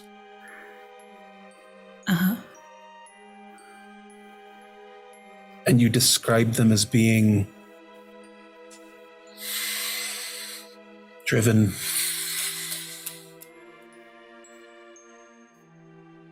I don't think it is driven. That's the problem. If he had a goal and was working towards it, I would respect that. He just gives the impression that he's thought so little about the world outside his own head that anything that makes him confront it, anything that makes him uncomfortable with his own beliefs, he's just had because they're easy, rather than actually sit and think about whether there's something he could learn from, maybe whether possibly he was wrong about something.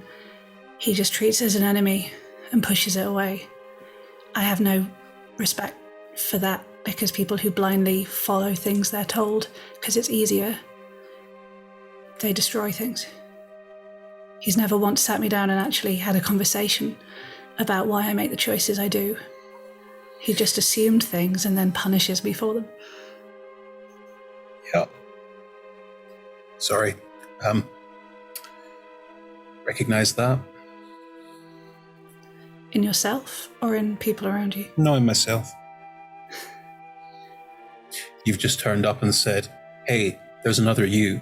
And also, they're like you. And also, you know, those things about you don't like. They've got them too. It's just... If it helps, I have not maybe been the easiest new companion.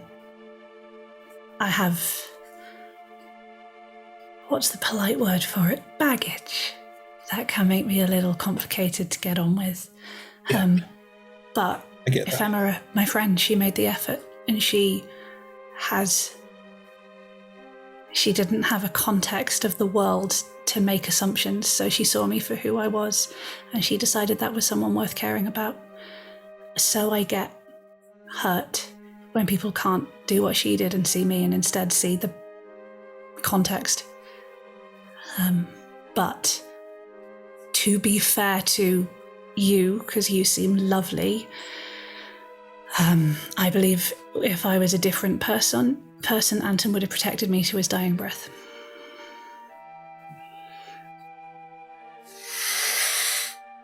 Well, thank you. That does help. It just hurts, to be very concretely told that you are not worth saving. And while I can maybe see his reasoning, you didn't feel... No, I get it. The greater good. I don't like... that argument has been used my whole life to wreak more destruction than I ever thought was possible.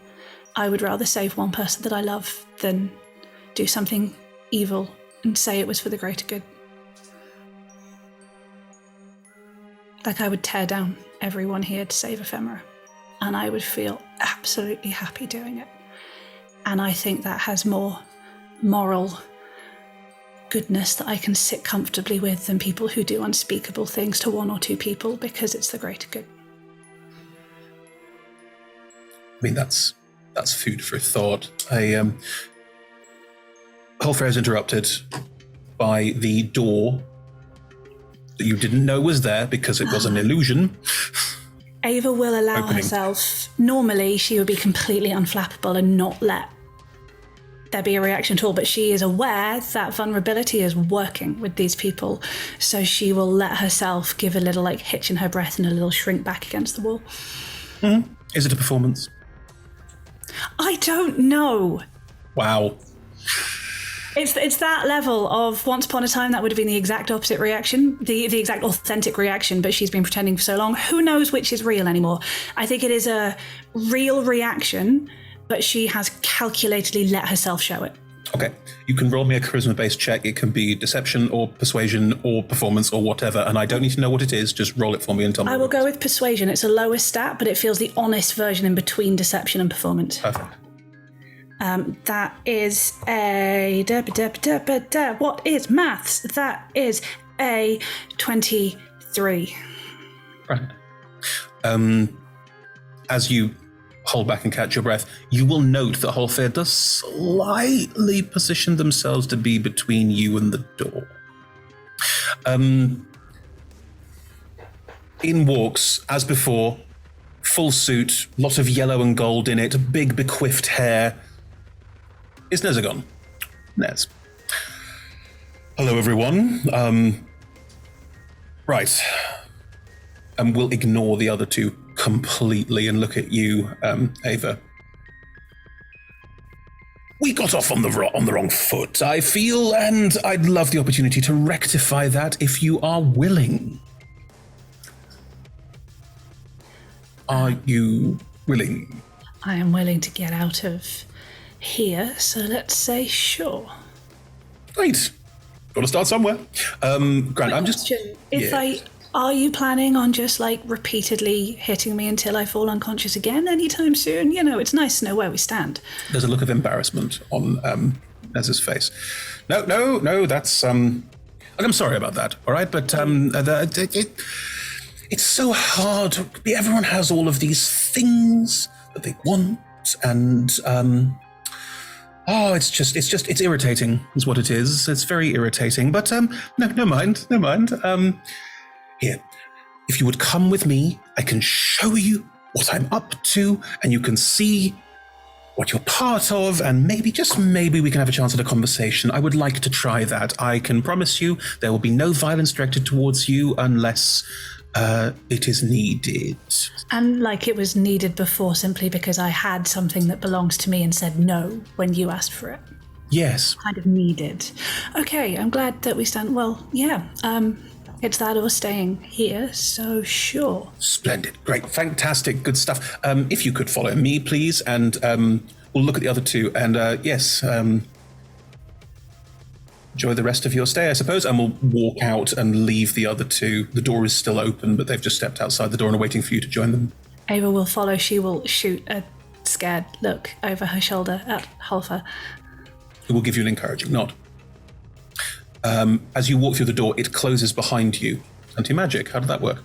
And an illusion fades in like the door was never there. It's just a stone wall. I want to make an absolute note of where that door was. Roll me a history check, please. 8. You look at the wall and you think you know where it is. Okay, that's fair. Nez is standing in front of you, and you recognize that you are still in an anti-magic field. You recognize that you still have no sense of your magical abilities. Right. I'm going to... 1 sec, please. And we'll twist a ring on their hand. And as they do, a bubble appears around you. It's clearly magic. How they're doing this in an anti-magic field, you do not know. Right. That should maintain it. Sorry, it's for my own protection more than anything else. What is this? It means you can't cast any spells. That's Why would you need protection if what you did was completely reasonable? because you tried to kill me. I'm not a fool. Kidnapped me. I think what I did... Kidnap is such a strong word. Can't we start afresh, please? What would you like to call forcibly abducting someone to where you wanted them to be? I invited, and I invited very generously, and I don't really like taking no for an answer. So, why don't you come with me, and I'll show you what you potentially could have turned down if I hadn't been so kind as to bring you along myself. I mean,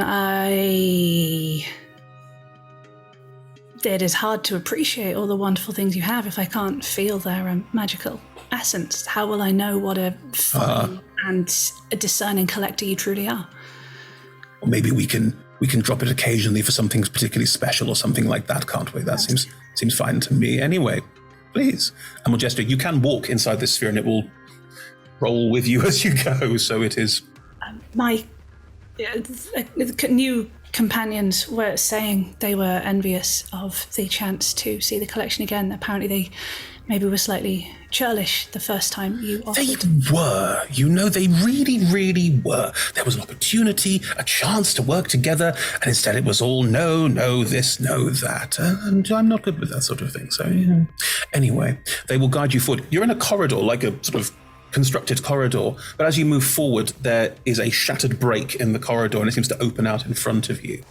And as this ball rolls forward and you step along with them, you look out into the shattered remains of what looks like a mansion house castle, like something that was constructed. There is a roof above, and there is water below, and at various points around shattered floors, and it's like a sort of it's like a big pit where you can see where the floors of the house were, and at various points water pours in beautiful, delicate waterfalls. Around them are clumps of yellow crystal that grow out at various points around where the water falls, and light, clearly holes punched in the side, shines through the crystals and through this space to create this glistening, beautiful, magical landscape and area. And dotted around at various points and in various half rooms that exist in this space, there is, even from a quick look, a treasure trove of geejaws, doodads, odds and sods. Unlike any other dragon hoard that you may have imagined, it's not gold, it's not gems, it's not anything like that. They don't care about that. If anything, it looks a little like a very strange museum. Your home is beautiful. Thank you. Worked very hard for it. I am glad I got the chance to see it. Whilst talking, Wand of Orcus talks in my head. Is that magic? Can I reach out? Can I feel it? You can't. Can I initiate contact? You cannot. Can I see it anywhere? Oh, actually, hang on. Sorry. Wording. Not affected by anti-magic. The wand isn't at all, is it? No. As you head towards, I think it was too far away for you to have too much of an engagement apart from knowing that it was there. As you roll into this room, you do get a faint, there you are, in your head. Whilst looking really politely interested in everything Nez is saying, and oh yeah, you really want to stay trapped here forever? No, I don't. Me neither. Well then. You haven't had a chance to do any real fighting in a while, have you? No. Do you think you could find your way back to me? I'm a little... Hold that thought there. We'll come back at that point in a sec. Well, after the breaks. We're about to head into the break. But first, the other 5 of you with Nezeril, are making your way down this corridor, and you hear fighting up ahead. You reach a point where you realize that the tunnel goes into a room, and it feels like that room is where the fight is. You're all experienced adventurers to go, that's pretty close now. Do you sneak forward? Do you continue forward? Do you leave Nezeril here? Talk me through what you're doing. Nate will wild shape into a weasel. Sure. You wild shape into a weasel. I'm going to stealth forwards. Roll me a stealth check as a weasel. You weasel forward. I mean, it's a 10, but I rolled a 2. Weasels are famously stealthy. Pass that trace is still active. Okay, so it's 20. Nice. A weasel. A weasel. Like making too much noise. You're like, Nate, come on. Just makes its way down the tunnel as the rest of you wait. Ildrathni, I will say for your benefit that you've put Nezeril down and they are preparing to cast greater invisibility and just hide away if things happen. Sure. Weasel Nate. Nate Weasel. No Weasel? Wait. Neasel. You scurry your way down the tunnel and you come into quite a large room. It's clearly in like the heart of the castle. It is way further down than you would have expected. It's large, almost cathedral-like, very tall, gold filigree on the walls, quite tarnished, quite stained. Very tall, about 80 feet up and about maybe 60 feet across. At the far end of it is a door, and this door is covered in elven sigils and symbology, trees growing around the outside, all in these shades of gold and silver, and it's very clearly like something very important and very special. There are pieces of the blackened Netherese city that appear to have shards that have like landed in and broken through even the entirety of this castle. Like whatever the impact was, it was clearly violent. And they look to be relatively like almost slivers of black, like less, a shard of the building just collapsed in, and more almost like it flung parts of itself at this space. Through all of the, sorry. Would Nate feel like maybe the city, falling on the city was more of an attack than an accident? Okay, that's on his mind, I think. At this point. Fairly. In between all of that, what looks like a lich is standing in front of the door, hurling spells up. Above it, and towards the back of the room, where there are stairs leading up to a smaller door, looks like it's probably the way in, you see what look like 2 silver centaurs flying through the air. Humanoid torso, horseback, no wings, still flying. Both of them have long chains extending out of their arms that are flailing around wildly, but their face is almost serene, calm, constructed. As they fly forward, chains swinging, and as the Baelnorn, you presume, throws spells in their direction, a third one rises from behind some of this rubble, and this one has a passenger. Sitting on its back is what looks like another constructed creature, but it is darker in material. Its face looks a bit more robotic, where the centaurs look a bit more like a statue. These ones look a bit more, this one looks a bit more like a warforged, traditionally. They are dressed, their armor is gold. They sit astride this thing, and they reach their hand out, and a black beam is fired from its hand towards the Baelnon. And I'm not going to roll for him to say it impacts, just to give you all a chance to go, oh no. As it does, all three of the creatures in unison say, we must fulfill the contract. You are incorrect. And that's where we'll go to break. Oh no. Because what this needed was inevitables as well, obviously. love a good inevitable. I'm all about an inevitable. So that's dragons and fiends. Fiend friends. You didn't do the incorrect voice, though. Oh, these are worse. These are not little cute Modrons. These are worse. They're not adorable little babies this time. No, those ones have been here and they have not succeeded. This built up over time. Anyway, we'll come back to all of that later as we enter the second half in 10 minutes or so. Come back. So much happening. Bye. Bye.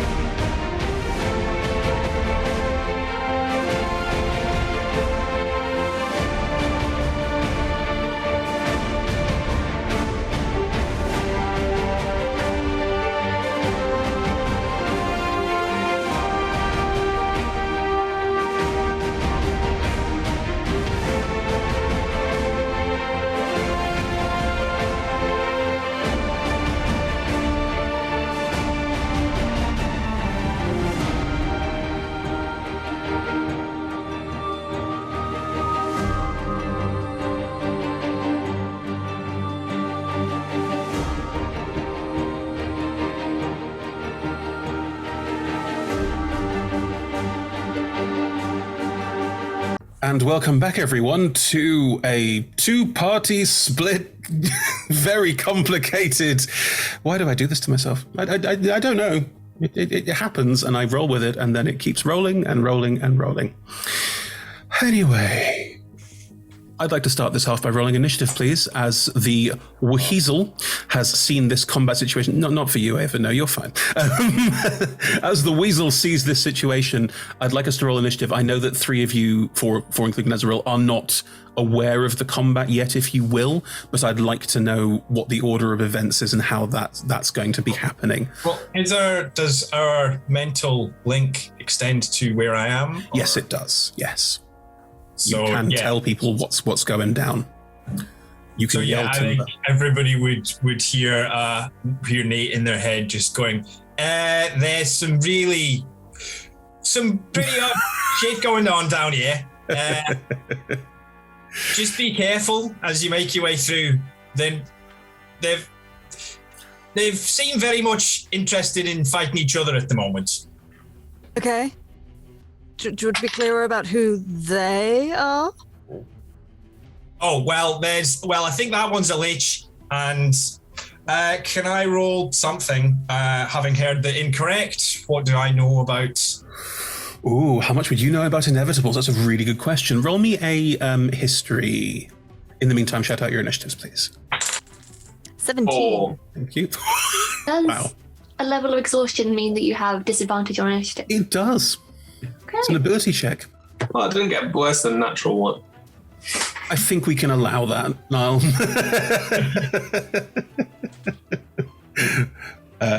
Native Emerald, what have we got on the initiative rolls and the history check for you now as well? Initiative was 6. Thank you. Because I also rolled a natural one. My God. My history check was 25. Thank you. And Evie, what was the initiative roll? 7. Wow. Okay. Right. Good to know. Go first. Yes, Pally Cleric, you don't go first, don't worry.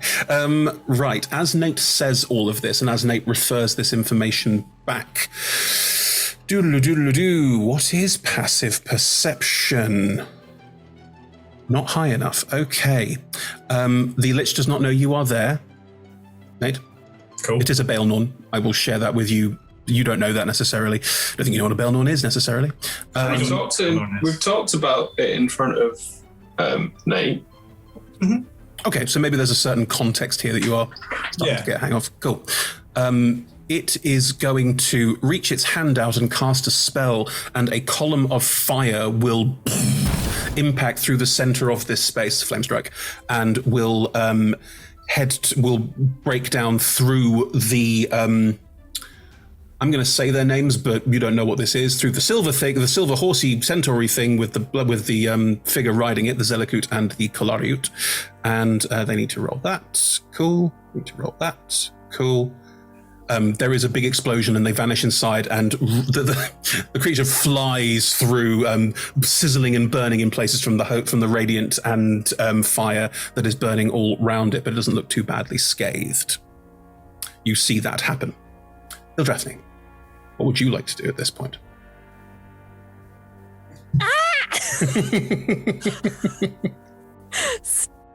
But has Nate has gone into the room. Nate's about 20 feet ahead of you, and the room extends out from where Nate is another 6 feet across. Okay. I can be seen now, right? We're not invisible. You're not invisible Invisibility anymore. is down, but passive without a trace is. Pass Without a Trace is still up because it's non-concentration. Okay. Can I get to the edge of the door to see? Well, no, because Nate has described to all of its telepathic bond, including Nezeril. Yes. Nezeril, is this someone that we need to speak to, or are we trying to avoid? Nate, is one of the people is it a Baelnorn? Is it an Elven Lich? I think, yeah, it is. Well, ideally, we'd need them alive. Right. Okay. I don't know what the others are doing here, or even what they are, frankly. Well, there's 2 of them are like centaur things that are flying, but they don't have wings, and they're not really moving other than the flight. So they're like statues that are flying around. Right. You get from Nezaril has no idea they did not sign up for this. Do I have anything I can add from my history roll? With was it 22? 25. With the 25, you've heard of inevitables before. The concept of what they are and what they do, you are aware of. They are creatures from Mechanus, the plane of law, and inevitables are specifically tasked with making sure that things that are supposed to happen, happen. They will uphold the law, like they're lawful stupid. They will uphold the law in the face of Armageddon if it's the right thing to do. These ones, from what they said, because you heard them, clearly think something here is not right according to the laws of the universe and are here to rectify that issue. I think they can see where they're coming from. With the amount of bizarre magic flying around. So yeah, I think he would say, I think they might be like incorruptibles? No, that's not the one. What was it? Think quicker, darling. Already. They're like, they kept calling everything incorrect. Which I'm assuming Nezra will know what it means. Inevitables. Inevitables, yeah, that's the one. They're under strict rulings to fix issues with timelines, people extending their lives, that sort of thing. They might be here for the Baelnon. This is the longest 6 seconds of my life. Okay, got it. Fuck it, wibbly wobbly. I'm fine with it. Protect the Baelnon, preferably non-lethal where possible. Got it. Gonna run into the space. Chonk, chonk, chonk. You're running in front of the Baelnon? Have I? No, I've not really seen what they're doing in terms of can the constructs look? Do they look like they're attacking just physically, or are they casting spells? They cast spells. Yeah, fine. I'm just going to run... Spell-like abilities. Yeah.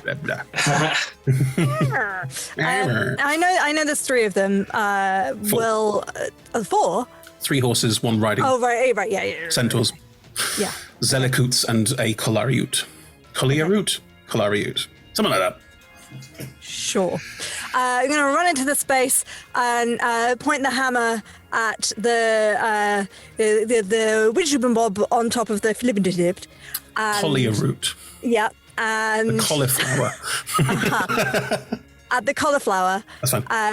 And I'm going to cast Compel Duel. Hot shit. Yeah, you do. What's the range on Compel Duel? 30 feet. So are they for 30 feet in the air? No, they're not that high. But it's a very tall space. But they're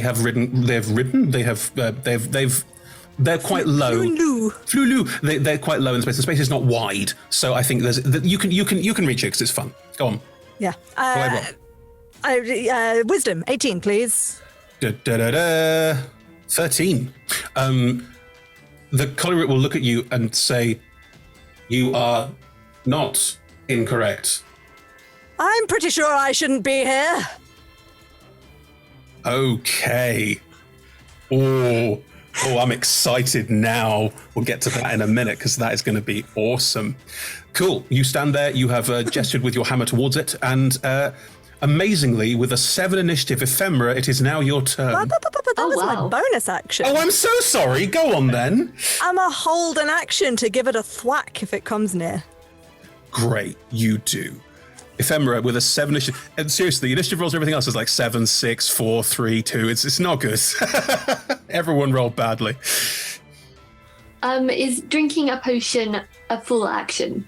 Drinking a potion yourself, i.e. you going, I'm going to neck this potion, is a bonus action. Giving it to someone else or is an action. Cool. Well, I am going to activate my symbiotic entity. Is that what it's called? Yeah. My halo. Yeah, my symbiotic entity and become Black Mold Ephemera and drink the mystery potion that Nate gave me. Sweet. Experimental elixir. You do the rolling on that, G. Yep. Elixir. As described before, Ephemera, it's thick. Like, I'm not suggesting that anyone should ever drink washing up liquid, but that's probably the kind of consistency we're talking here. It's it gloops out. So a Roll a d6. 5.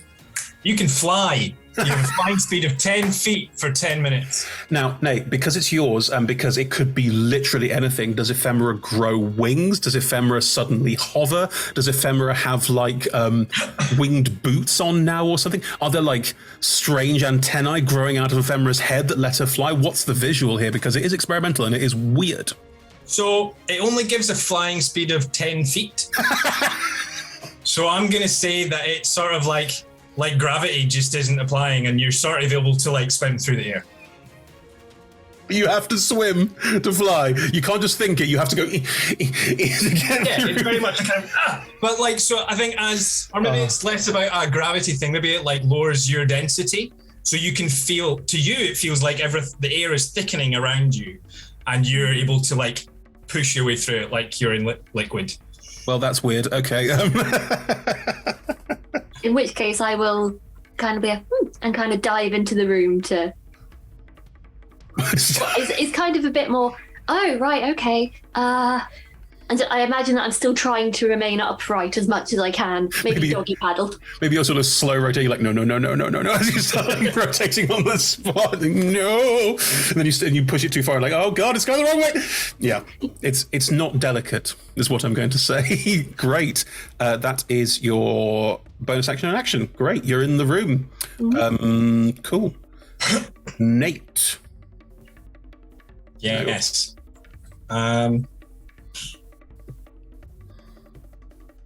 Attack it with your terrifying weasel skills. Well, quite. Weasels are pretty vicious. I'm just going to say it. Like, they are. I feel like against a flying centaur statue, not great. They are clockwork. They are geared. They do move. The face is just impassive. They're cool. They're very cool things. I know that Nar likes inevitables. So. Love a good inevitable. Yeah, they're great. Genuinely don't know what to do. There is a creature in this room. The Baelnorn is right there, and it's currently... Sorry, they're currently looking across at all of you with a kind of... I have no idea. If you, as a weasel, look at them, they will look at you, and they know that you're not a weasel. And they will shout out, they need to be destroyed. They're implacable. They will come forever until they are destroyed. Please. Okay. Then I guess... Oh, fuck, yeah, all right. I'm gonna drop my wild shape, which I don't think is even a bonus action. It's a bonus action for you because you're a Circle of the Moon druid amongst all the other things that you are. Right, okay. Yeah. So yeah, I drop my wild shape and I'm just going to pull out the antimatter rifle. Yes! And so you said there was 3 and one of them's got like a thing riding on the back of it. I'm going to assume that's the one in charge. And you'd be correct. Yeah. And take a shot. Or are you incorrect? I'm not sure with inevitables. You'll be pretty incorrect soon. I'll start firing at it. I shoot it with my gun. Okay, fine. You'll shoot it with your gun. So that is 26 to hit. It does hit, and as you pull it out, it's quite big, and you've never fired it before. As you sort of hit into the shoulder and like, okay, I've got this. As you fire it, make me a strength saving throw. 7. You fire it and go flying back 10 feet, I think, into some rubble because of the visual, and just go flying into it as this bolt of energy like roars out. And you've seen the disintegration spell. It appears to be a similar sort of energy, but it's concentrated into a bolt that fires out directly towards the collier root. Roll me all that damage. Cool. Try grounding from your core and thighs next time, dear. Cheers, pal. Comes from the rubble. That's 31 damage. You fire up and just punch a hole, and it does just punch a hole, a bit like the tunnel you just walked through. Kind of weird. Punch a hole directly through, I'm going to say like its upper chest, and just fires a hole directly through it.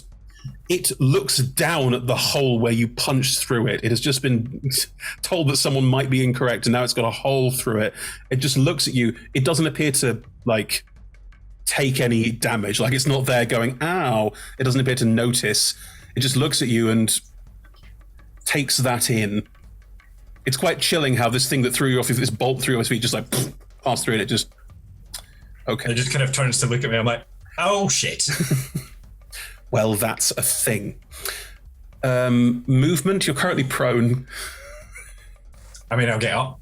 Okay, fine. You climb up the rubble. Yes. Yeah. No. I'm sorry. My iPad was taking forever to load the spell. Did you aim it at the rider of the centaur, the one that I had compelled duel? I think I did, yeah. Oh. Don't worry, Nat. You've got its attention. Okay. You said that you might be incorrect, and now it may have another purpose. Okay, that's all right then. It's not its turn yet, though. Anton, all this has happened. I think I'll just do the classic and fireball them. You run to the room. Yeah, I'll saunter to the room. You saunter into the room. You can throw a fireball. If you aim for the collier route, you will hit the Zelakut it's on and one of the others, depending on how you place it. And that's far enough away from Eldrathni not to hit anyone that's forward, isn't it? You can aim a bit higher and make the explosion curve down effectively and not hit anyone else. It's a tall room, not allowed. That'd be the optimal idea. Yeah, I don't want to hit the Belnon, I don't want to hit Eldrathni. They are not particularly Dexy, and they all fail the save. Whee! All right, so that's 8d6s. 1, 2, 3, 4, 5, 6, 7. Mm-hmm. Ooh! Oh. That's 6 and a 1. It's a lot of ones. Oh, shame. I got 2 6s, a 5, and then 2 1s and 2 2s. So that is 10, 22, 24, 26 points of Fardonlord Shoppers. The explosion rocks around the horses and the collier route, the Zelakuts and the collier route. One of them has not been hit by anyone yet, just to be clear. Some damage has gone around the room. Some of them also were flame striked earlier. Reminding you all of that too.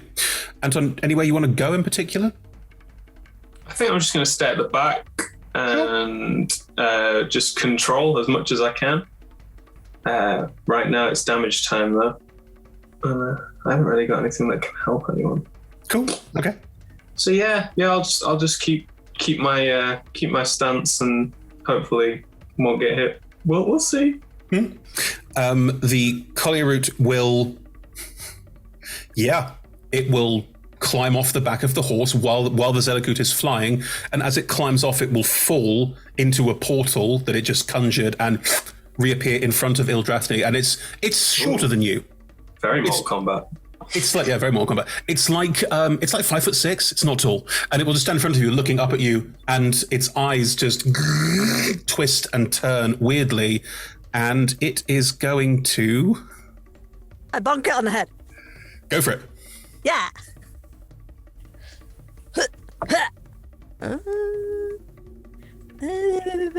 That is 26 to hit.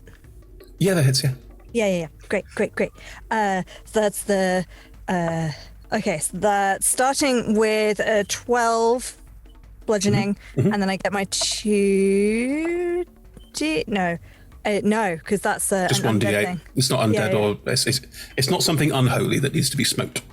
Although you can smite it if you want to, of course. Yeah, why not? When you said smoked. I'll smoke it. I think the Gothi's about to smoke it, yeah. As you know, smoke means it's destroyed, doesn't it? But I think it's going to... somehow. So I'll go in spell slots. I will go in at first level. Cool. Yep. So that's 4d8. I always get confused about this. Yeah. Okay, yeah, so I did the 12 bludgeoning, and then there is, that was an 8 radiant, which I do automatically. I can do per turn. Yes. And then the smoot. Smootin'. The smoot is 7 and a 4 and a 7 for 3rd level, so that's an 18. So, Radiant. 18 right on top of the 18, so 36 total? 38. 38 total, fine. Your Warhammer is a magical item, yes? Yes. Good to know. Okay. You impact the... how do you hit it? Describe what you want to do to hit it. I think it's just she was ready and tracking and waiting, and it did its portal thing, and I think it's just like whack-a-mole. It's like, neat trick. Clong. You clong it on the head and its entire head just gets crushed into its torso. As you do, it rises out of its torso. It doesn't register pain, has no concept of pain. Just it rights itself out of that and regains some hit points at the start of its turn automatically. And then just looks at you and is going to use its... the ability is called Scan. It is going to scan you. It just looks you up and down. You are not my purpose, but you are incorrect. Oh, that's nice to know. A fascinating place to be. Please do not disturb. I have other things to attend to. I will deal with you later. Can you please make me a wisdom saving? So polite. Inevitables are what they are, okay? They've got a very specific purpose, and that's fine. Yeah, that's a 24. Right. You are paralyzed. What?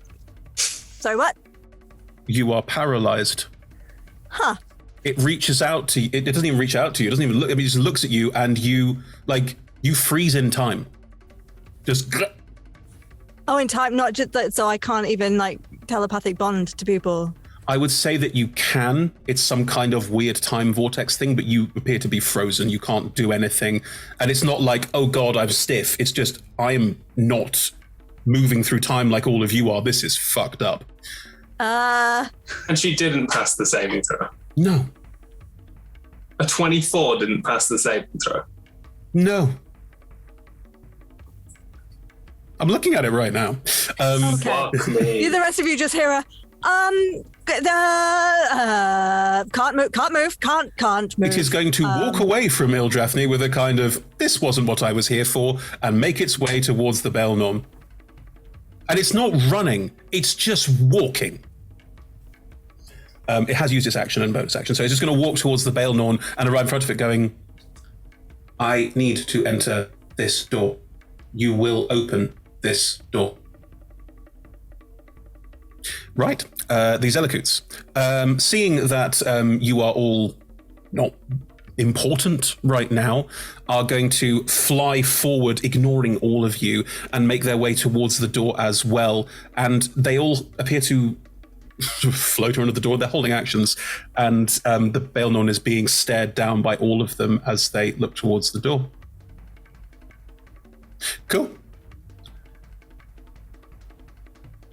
Ava. Hi, Chris. Isnezagon's having a wonderful time.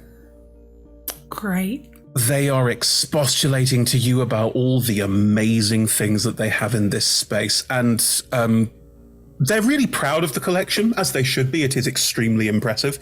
But I'm assuming that you're biding your time, waiting for the right moment. I think it depends what they're saying. If they're just museum touring, then probably. If they're being insufferable, then maybe her patience. They are being insufferable. They're always insufferable. But they are very much museum touring their insufferability. So they'll point out, this meteor that came down. I'm pretty sure that it's part of a creature called a Tropus, which is a destroyer of worlds. And if you look at that, and we'll just weeble away. I want to be listening very carefully for not just, wow, this is a part of, almost an apocalypse, but what is a weapon that I can use? Are you listening out for the things that Holfair specifically told you to look out for? Yes, because Holfair said that they were the best weapons, right? The things that would be the most problematic for Nez to deal with, yes.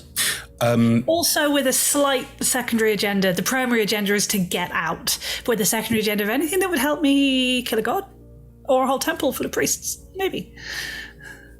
Okay.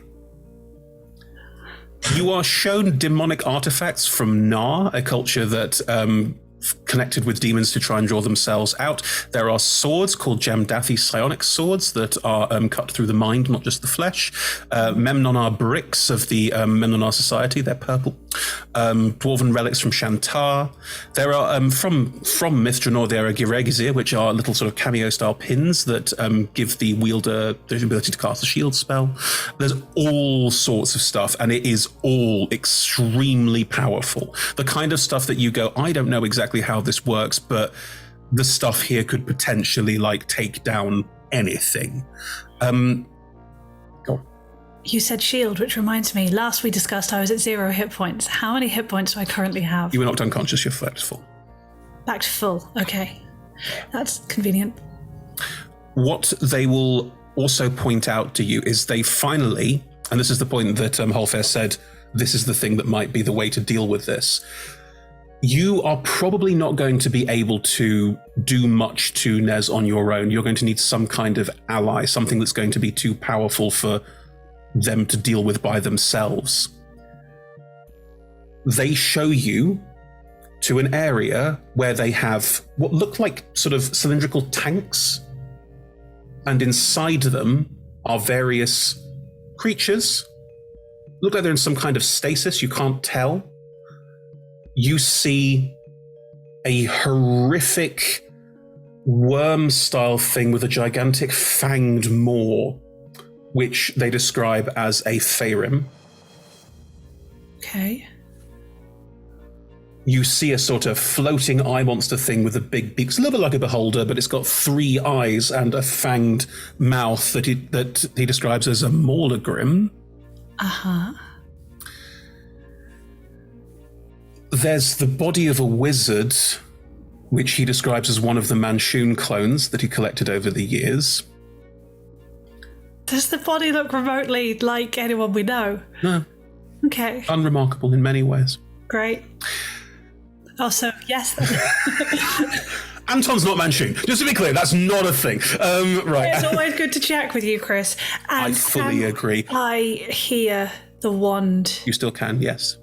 Is it making plotty noises? The wand is making plotty noises with you and is basically ready and primed to come to your aid when you need it. It is an artifact, not affected by anti-magic, and a lot of the things in here wouldn't be. Like, Nez is clearly using anti-magic where they can to try and keep everything as protected and safe as they can, but they would also be aware of that, so you've got a potentially bit of cat and mouse to do And here. have I spotted the big gift weapons?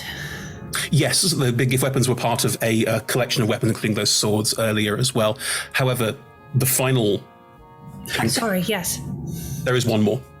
And the final tank that they show you is an quite big-looking person, very broad shoulders, quite large, quite a big gut as well, but they look to be strong, and they even inside that you can see that they radiate a kind of power and energy. And as they pass through and go, and there's a Manchun I picked up earlier, and of course Thor. It's an eternal. They were made by some gods at some point to have interactions with the rest of the world, and then they all formed some kind of collective. But well, he's on his own. Managed to get him on his own and lock him in one of these.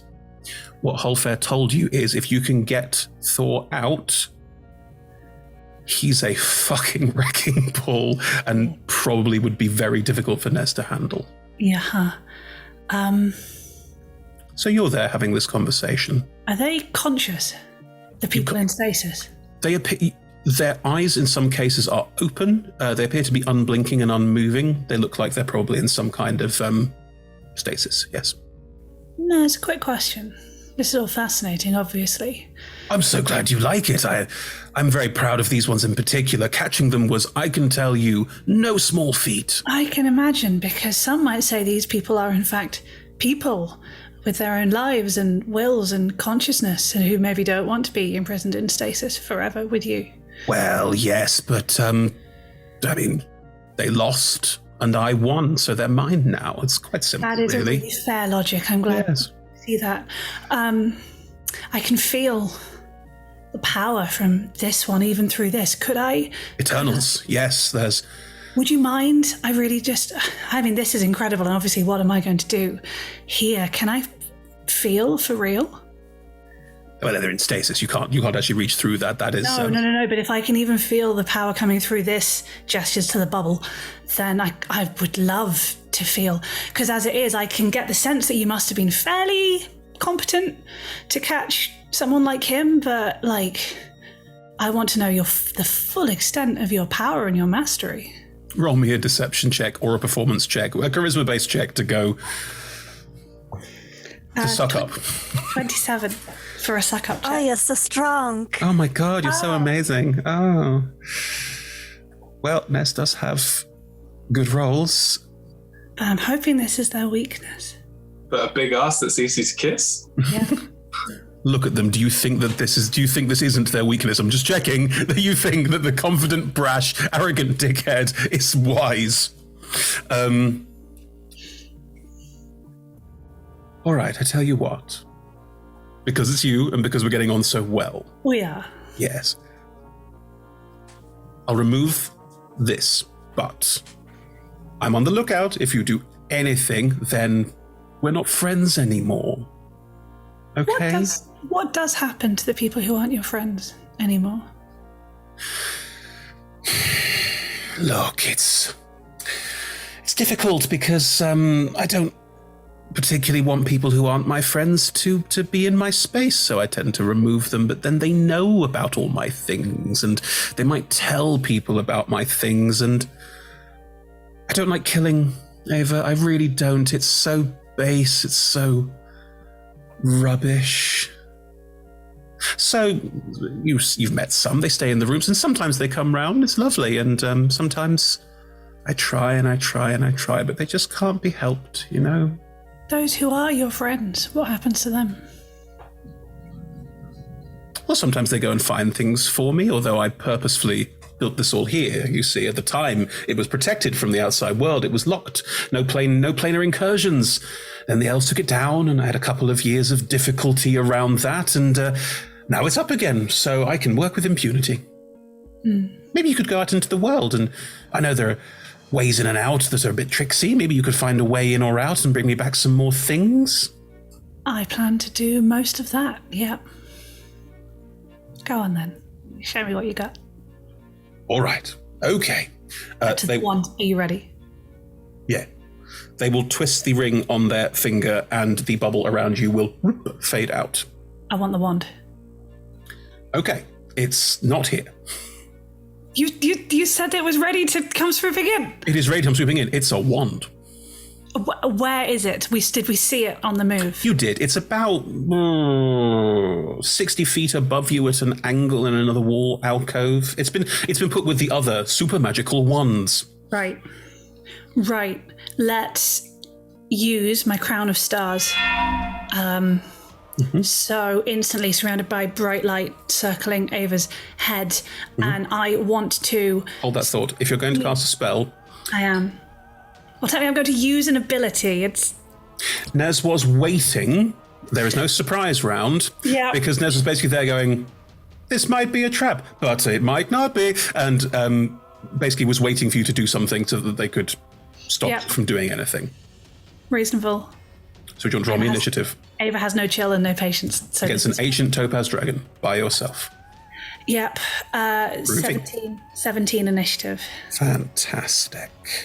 It's not high enough. I don't know. You haven't rolled it yet. She waited for as long as she could while being mansplained by a man who had kidnapped her, like a person who's kidnapped her. She has no more chill left. I stand by this decision. What was it, 17? 17. I have not rolled above that. You take Nez by surprise. You were charming enough, it seems. Ava is really charming. People just seem to refuse to accept that. Now they're dragons, so let's not waste time with things that need a saving. Currently in a humanoid form, so it's not... Does that mean they don't have legendary resistances in a humanoid form? No. No, they do. They do have legendary visitors. Sorry. No, it's like You got me really excited for a second. I thought so. Okay. No. Yes, let's straight off start with, I think the Crown of Stars is where we want to start. Okay. So, the tank that Thor is in, how much does it look like one good burst of damage would break him out? You don't know.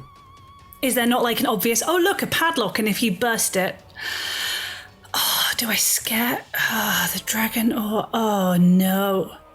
I know different DMs rule differently on this, can I target a spell specifically at that ring on his finger? For the purposes of this, I will say what you can do is target the spell directly. It's a magic item, not all of them take damage, so it's up to you. She's mad. They're awful, so she's going to roll for, and the anti-magic shell is the worst outcome at the moment. Mm-hmm. So yes, she is going to start off by rolling, sending one of the 7 motes of light streaking to hit. Can you roll me an attack roll with disadvantage against it because it is so small and so moving around in a strange way because it is not targeting? 12. That means I lose the nat 19, but I still have a 22 to hit. As you turn, what do you say anything, or do you just start? I just started blasting.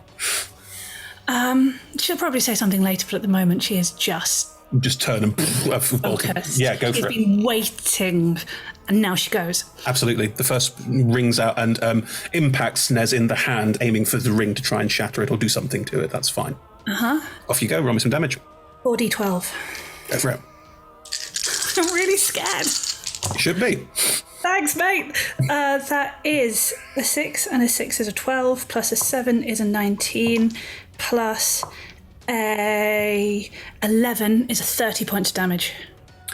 You impact the hand, and you can see that where the ring is, you've impacted the ring, and it starts to... Spark is the wrong word. There's a magical sort of movement around it, and Nez will look at the ring, look at their hand, look at you, and will just smile. You've done something to it. It is not working exactly as it should do, but you've not taken everything down. How many feet is the wand? About away? 60 feet away from you. I'm going to run 30 feet towards it. It's up. It's up? Why is it up? Because it's a cavern. I have wings. I will pop them out and fly 30 feet up towards it. I was really just pushing you to do that. Okay, cool. You pop your wings out and just rocket away. And Nez will watch you go with a kind of...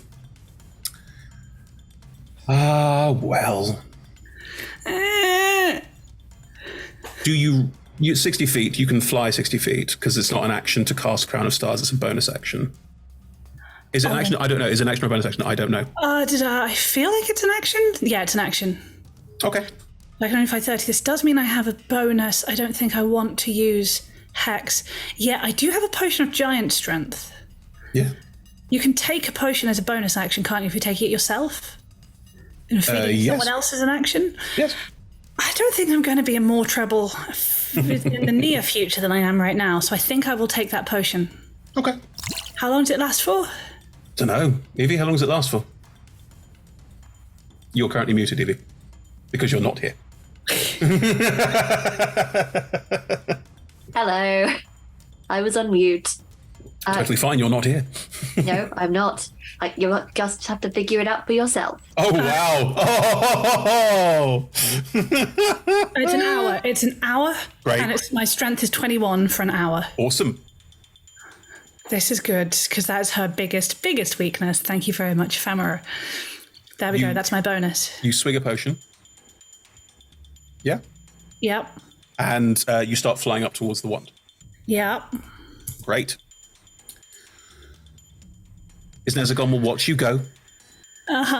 Will sort of look a little... There's a shrug. There's a slightly dejected shrug. Can you please roll me a Constitution saving throw? From your perspective, nothing really happens. Yeah. Because it has legendary actions. Dirty 20. The DC is 19. The air around you desiccates. Like you feel like water being drawn out of you. And you feel like you would have been like shriveled to almost Is that nothing. what they did to Ava before when she tried to fight back, and it weakened you from? Oh, I'm glad. Okay. No. So that was their breath weapon, which is not the same thing. This is just okay. this is a lair action. This is a thing they can do in their lair. They try to draw everything out of you, and you resist, and they raise an eyebrow. They will then grow out into the topaz dragon, into the ancient topaz dragon that they are, and lazily gust themselves up and curve around you. They don't really know what you're going for. They don't really care. This movement speed is 80. No, fly 80. Yeah, just curve around you as you go up and look at you moving up towards something. Such a shame. But then again, there's always more people. And they will breathe out over you as they did before. Make me another Constitution saving throw. 13. Nowhere near enough. Yep. You take 39 points of necrotic damage. Okay. And you I am resistant to necrotic damage. Yes, you have it. Oh my goodness, I have all my warlock stuff that I 100% forgot that I could do because I'm panicking. That's fine. That was the intention of this. You're horrible, Chris. They breathe it over you. You are weakened, so you have disadvantage on strength-based ability checks and strength saving throws. Weapon damage, as in physical weapon damage, deals half damage. It's not really that important. The cloud of yellow desiccation breathes over you again, and you felt this before, and you can feel it sapping your energy, and you do feel like a weight on you, and just the weight of this is an ancient dragon, and it doesn't really care. It thought it had a new friend. It doesn't. Now it's going to kill you. As it breathes out over you, it will sort of leer down towards you. I really expected more. You know, someone with gumption and drive, but you're just another mortal. I've killed so many like you. Do you have anything to say before I kill you? I didn't take you for a coward.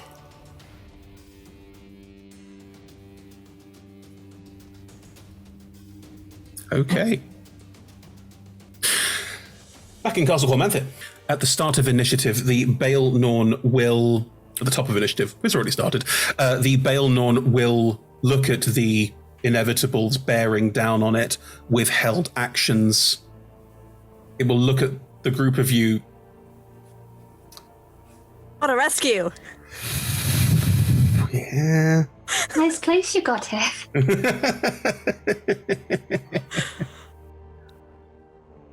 Yeah. They cast a spell. They put their hands together, concentrate, and out of them an aura of glowing whitish yellow light starts to spread. They're speaking in Elven, and Ildrathni, you recognize a plea to the Seldarine, to the Elven Pantheon for assistance, for guidance. And as they do this and as it washes out, it does wash over you as well. Nate, you're probably close enough for it washes over you too. Anton, Ephemera, you could be close enough if you want to be. I'm not going to define that for you. Those in the aura. You now shed dim light in a 5-foot radius. I don't know why that's important, but it's the first thing on the list. You have advantage on all saving throws. All creatures have disadvantage on attack rolls against you. And that's all you can tell for now. You feel bolstered and empowered as the Baelnorn puts its hands together, chants in Elven, brings you all in, looks at the collier root in front of it, and says, "It is my holy duty to protect this site, even from the likes of you."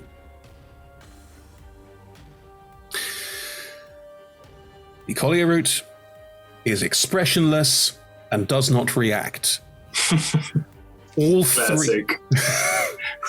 all three of the Zelakut raise their arms, and the chains that come out of their wrists flail, and they are all going to strike at the Baelnorn directly.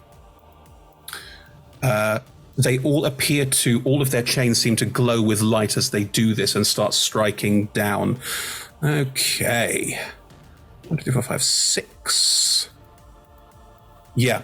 The Baelnorn, hand held together, will sort of close its eyes as strikes just rain down on it, across it, would knock it asunder, but it holds its ground, its hands held together, doing its best not to be dragged away by it. It will take a metric fuck ton of damage.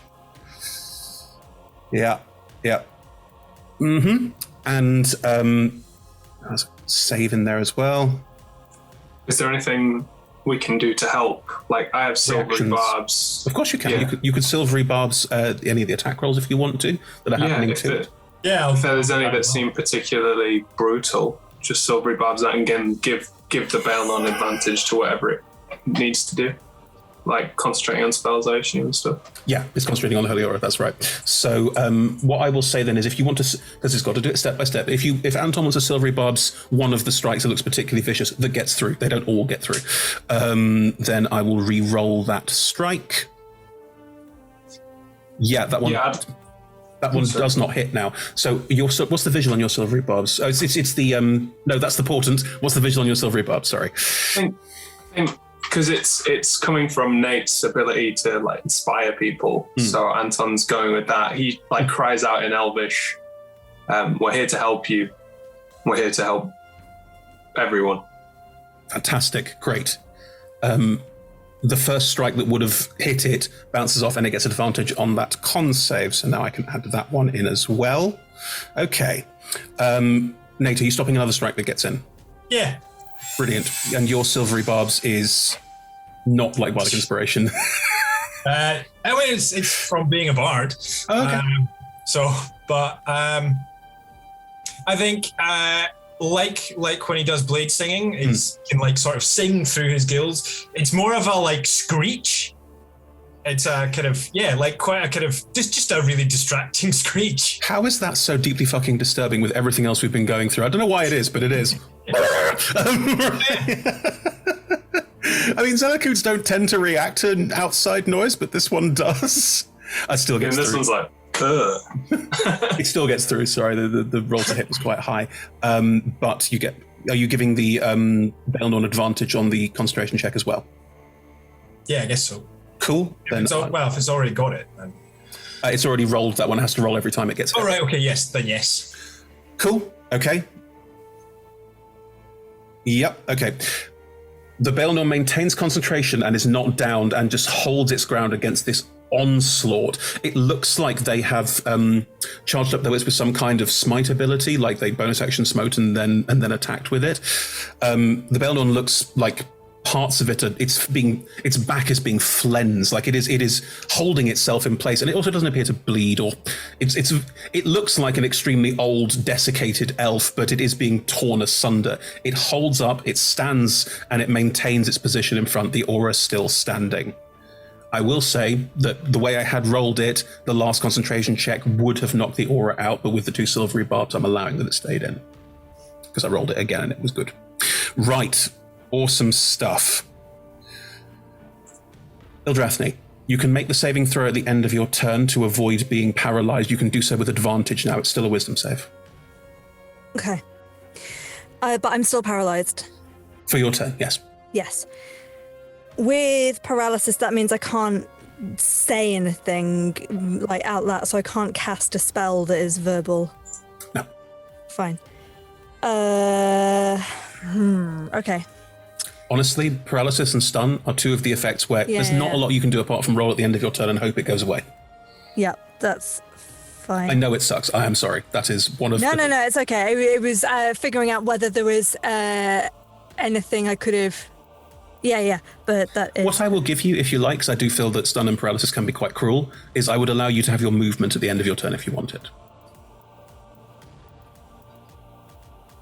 All right. If I pass... Oh, yeah. I mean, it's an advantage roll. Let's see what happens. Sure. Fine. Okay. That's a 28. Passes. Okay. I was You. going to say, I could only go one higher than that. Yeah. Don't worry. You feel this holy aura and this elven holy, not even command, just like plea wash over you, and it's enough for you feel a connection to maybe when you used to be a cleric of Corellon, and it sort of washes into you in that way, and you break free of the paralysis effect. Time seems to effectively speed up again with you, and you're out of that situation. I think that feels a little unsettling in a way. Yeah. I will allow you your movement because I don't want to be cruel. Yeah. We'll take like the fraction of a second to go, oh. And then snap back into it, and I'm going to run over to the Belnorn's side. Lovely. Stand next to it. Ephemera. Okay. Set the scene for me again. I'm getting a little bit lost. That's all right. There's a lot going on. You are by the hole in the door. You have stepped into this room. There is a glowing aura goes out to 30 feet that if you move into, you will be part of as well if you want to be. At the center of that aura is an ancient elven lich, and Ildrathni has knocked herself out of paralysis and is standing next to the ancient elven lich. In front of it is a robot dude, and flying in the air, whipping down with chains, are 3 robot centaur people. Okay, and there's a door on the other side of the room. There's a door on the other side of the room which appears to be the way in and is quite sort of small and not that interesting, and looks like it's sort of a little dungeon door that opens out into this ridiculous space, and behind the Baelnorn is this beautiful golden door covered in elven symbology. And we need to keep the Baelnorn alive. I mean, we is a strong word, but some people have said it's important. There we go. I am. You know what? I'm just going to use my turn to go and inspect the lovely gold ball. The door. If you move behind, you get into the aura, so you do have you are now there. If you move around to behind the door, roll me an investigation check. Sure. Let's see if I can find it. Dirty 20. Do you speak Elven? No. Okay. It's a lovely door. It has a lot of lovely symbology on it. You recognize potentially from the mural earlier, way ago, or maybe some slight knowledge of Elven religion, that the Elven gods are all depicted on this door, and they appear to be warding, protecting. This is clearly, but whatever's behind it is extremely holy. I mean, holy. I'm not sure if holy's a scale. It's kind of holy. This is very holy. On the scale of what? Colander to cheese grater. Whatever's behind it is clearly holy. I really hope that in the dragon's lair there is, and this is the holy colander. You know what? I'm going to say for our benefit that there was in a corner. It's an Easter egg. It blesses all the most dangerous food. device in the multiverse. I don't know if anyone's seen Joe Lycett's Got Your Back, but it pours perfect water through it. Anyway. Yes, you investigate the door. The door looks locked and everything. Oh, yeah. You can't even see a handle or anything. It's just there. Okay. Cool. I'm just going to lean against it and hold an action if anything comes close and just kind of see how this goes. Hold an action in case something attacks you. Yeah. Gotcha. Okay, you do. Nate? Cool. Oh yeah, that was the idea. Cool. So I guess I'm gonna. Do I want to move a bit forward? I don't know. I don't think so. I think you're probably in the aura because it's not a humongous room, and the aura fills a good third of it because it's a 30-foot radius. My maths is not perfect, but it's something like that. Yeah. So, what I'm doing is, in fact, this is an action as a bonus action. Okay. But just for fun, I'm going to flavor it slightly differently. Nate kind of has a light bulb moment, and the little kind of artificer cylinder thing that he has, he kind of pokes at it a little bit, and he manages to pull a bit off, and sort of sticks it to the side of the gun where the What are you doing? ammunition energy cell thing. Like on a super soaker, it's not on top, it's at the bottom. There's like a sort of like on an air rifle, there's like a little air canister that's full of this necromantic energy. Yes. Cool. So he's got this thing, and he like sticks it to that, and it like just sort of there's some magical light and stuff, and it's clearly mixing with it and fucking with it a little bit. So what I'm going to do, and also he has to use some of his own kind of learned stuff, which is, so what I'm doing is I'm firing the gun. I'm using my Magic Adept sorcery points to quicken a spell. Okay. And as a bonus action, I'm also casting Ray of Sickness at 6th level.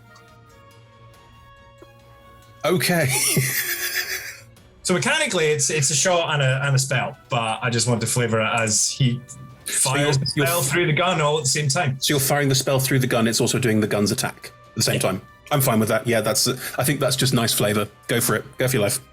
Cool. So, and did you see I get advantages on attacks in the aura? In the aura. Where's the aura? I've got so many things open. The aura. Holy aura. You have advantage on all saving throws, and creatures have disadvantage on attack rolls against you. Right, okay. So, for the shot, that is... Oh, wait, hang on. What's my modifier? That's +8, so that's 22 to hit. Oh, what are you aiming for? The same dude as before, the main dude. Head honcho. Cauliflower. Yes, you may shoot at the collier root, of course. 20 what? 22. Hits.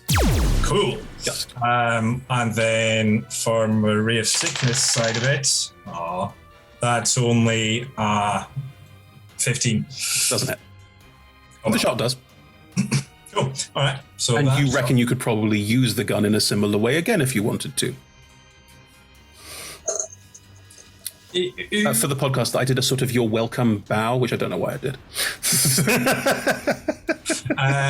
That's 32 points of damage.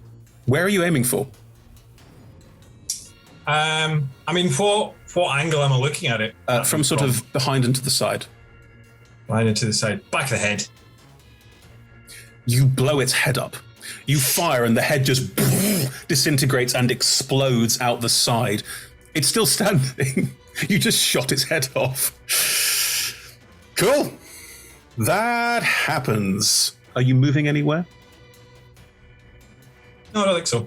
Cool. Anton. Cool.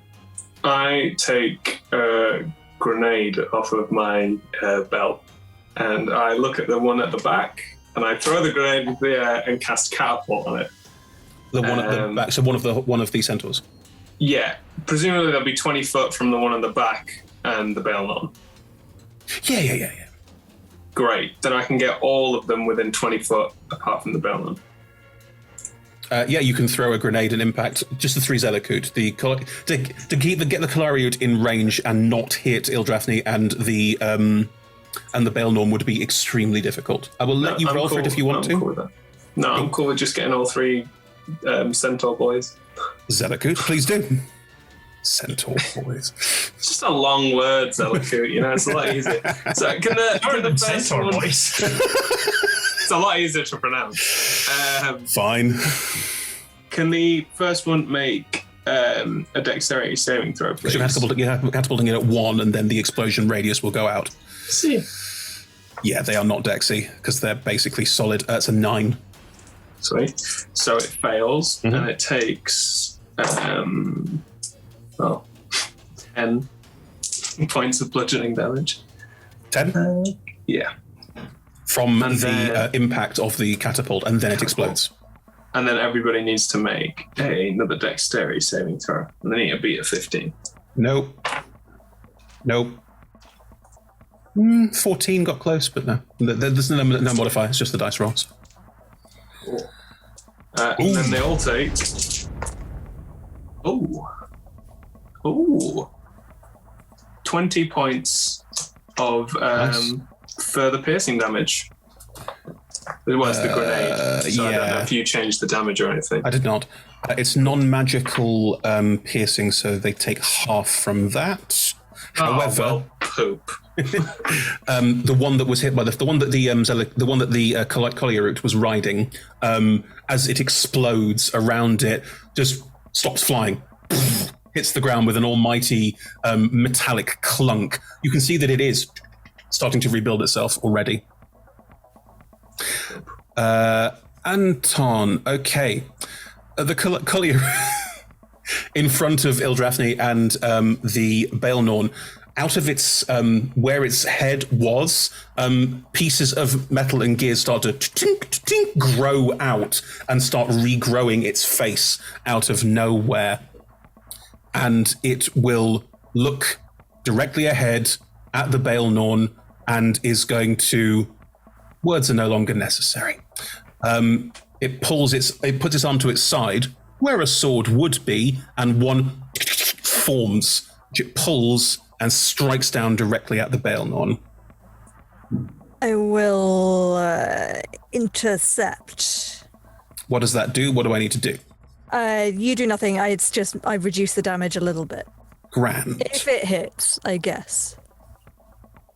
That is it doesn't have the thing where it auto hits. 17 to hit, which is, I believe, not enough. It is not enough. As it strikes down towards the Baelnorn will just look, and from that hand point will just cast shield and knock the strike away. Quite like, no. No. And will knock it away with absolutely no strike going through. Although you're moving in front of it, its eyes do flicker and it notes that you stepped in front of it. Which is good. Okay. So I didn't technically do it. No, you can save your reaction. It's absolutely fine. The Zelakut that hit the floor is slowly reforming, like the back half of a horse is growing out of the ground, but it hasn't fully reformed yet. As this happens, from the doorway that you walked through, you all hear a spell being cast. And Nezril has stepped into the room and is raising a hand to cast a spell over the entire room. Oh, cool. Which we'll come back to in a second. Ava, you are in mid-air, and the dragon is rearing over you and has breathed its breath weapon over the top of you and is smiling down at you, not a care in the world. It doesn't believe for a second that you can do much, that you can really hurt it or impact it or change the situation in any way for it. Did insulting them do anything? She's not going to waste a breath needling it if they don't react. They appear so supremely confident that your insult to it was greeted by a wall of narcissism. This is a spell-like ability, wall of narcissism. I've got it here. I'm going to die. Okay. Is it my turn? Yeah, it had its turn. You're top of initiative. Right, as a bonus action, I want to get my necrotic, my form of dread up. Cool. Because I know that it just did necrotic damage, and with my form of dread, that helps. Something makes me immune to necrotic damage. What is it? Are you immune? Because you're resistant all the time. Because I'm resistant already. I think it just makes you resistant, so I don't think it just stacks. Doubly resistant. Never mind, I'll still take it. Double resistance. Double resistance. I think her form of dread is still very much the Jeremiah under the skin, but she has remembered him and talked about him. And so whilst there is it is still a lot of screaming apart in agony, his face is stronger underneath hers. Mm-hmm. Then, let's see. Oh, the wand is so nearly close, but I don't want to waste a spell on the... Yes, what we're going to do first is I'm going to use my second Crown of Stars. Is that a bonus action? And to use... I think it's still in... Bother! It is a bonus action! Oh, that changes everything.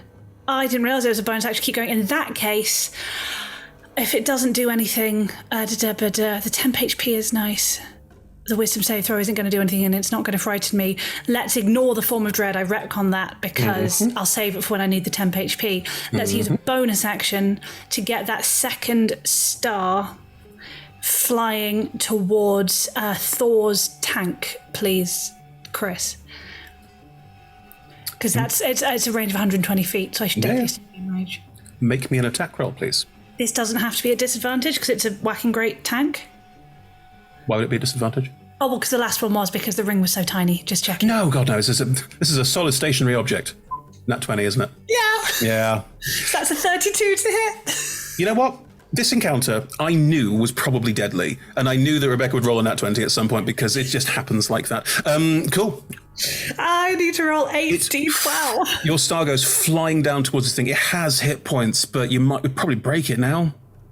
8d12, I will use my app because that is faster. Yeah. I was not expecting that. I am very happy. I should be by this point, but I wasn't.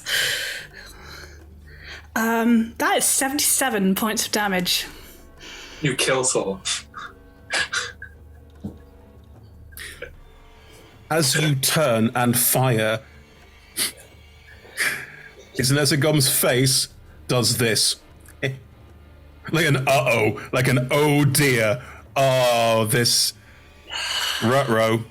I live for that shift. It goes flying down and impacts the case. And you get the sense this case is quite strong, is quite powerful, could withstand some magical damage, but somehow, some kind of fucking fey luck, I guess, you fire down towards it and the thing just shatters entirely. It is my new Phoenix Dice. We will say thank you to Phoenix Dice. Phoenix Dice, you are amazing, and screw you. Cool. I will, as a free action, yell out to Thor, who I'm really hoping is coming to consciousness. They're the ones who imprisoned you. Help me or we're all dead. Please, help. Okay, Ava at this point is maybe not sure she needs help, but Rebecca is playing it safe, she said. The impact on it created a sort of cloud of smoke and magical dust around this thing, and through it, cricking their neck, steps the biggest fucking guy. Just the biggest fucking guy who just steps out, looks up, looks at his Nezagom, breathes a big breath, and then screams and jumps up and into his Nezagom. So I rolled initiative, and they go before he's... Wow, that was my bonus action. Okay, then that's about to happen. For my movement, I'd like to fly the remaining 30 feet, get the Wand of Orcus as a free object interaction. I can just grab it, right? It is sort of floating delicately on top of a pedestal. You can just reach up and grab it. And as you do, the wand sort of like hums in your mind and just basically says to you, "Kill this motherfucker." Oh, I plan to. I would like to cast Finger of Death using 3 charges. Now, in the interest of transparency, Chris, when I lost the wand, it only had 1 charge left. It's recharged by the stand. Incredible. I really hope. Otherwise, this moment would suck, and that's silly. Right, I'm assuming you're going to... Feel the stand. I'm assuming you're going to pass this, but you still take a lot of damage anyway. I cast Finger of Death with the wand, so can you make me a con save, please? Yeah. Yep. Come on. I rolled a 19. It's an 18. I mean, I could use Legend Resistance anyway. Yeah, it's half damage. That's okay, so it's 78 plus 30 divided by 2. It's also necrotic damage, isn't it? Pretty much everything I do is necrotic except when it's weirdly radiant. Yes, it is necrotic. Is it vulnerable or resistant? It's resistant as a topaz dragon. It's all about the necrotic. I'm sorry. All about that you necrotic. gave me a creature that is resistant to necrotic. I wanted to challenge you. All right. Stuck. So are the charges expended and nothing happened? No, it's resistant. It still takes half damage. Resistant, not immune. Okay, so it is 78 plus 30 divided by 4. That should still be at least like 20 points? It's still going to be a proper heckin' like screw you, which was required. Okay, 43 plus 30 is 73. 73 divided by... It's D&D halves, so you need to halve it and then halve it again. 73 divided by 4 is like 18 and a quarter, so 18 points of damage. Fine. 18 points of damage to Isnezagom, who shrieks, unexpecting of all of this, as out of nowhere, a honking grey person is just leaping straight towards them with a fist outstretched. Brilliant. And Chris, I know we're not there yet, but would you feel like telling me when maybe Nez looks like they might be under 100 hit points? Please. Sure. Thank you. It might be this turn. Thor is amazing. Right. Thor has a fly speed, which I'm classing as Hulk-style jumping, because I think it's cooler, and will leap up into the air and leap towards Isnezagom. Isnezagom will use a legendary action to... It doesn't even have movement as a legendary action. Oh, no. It will... it can use Psychic Step. It will...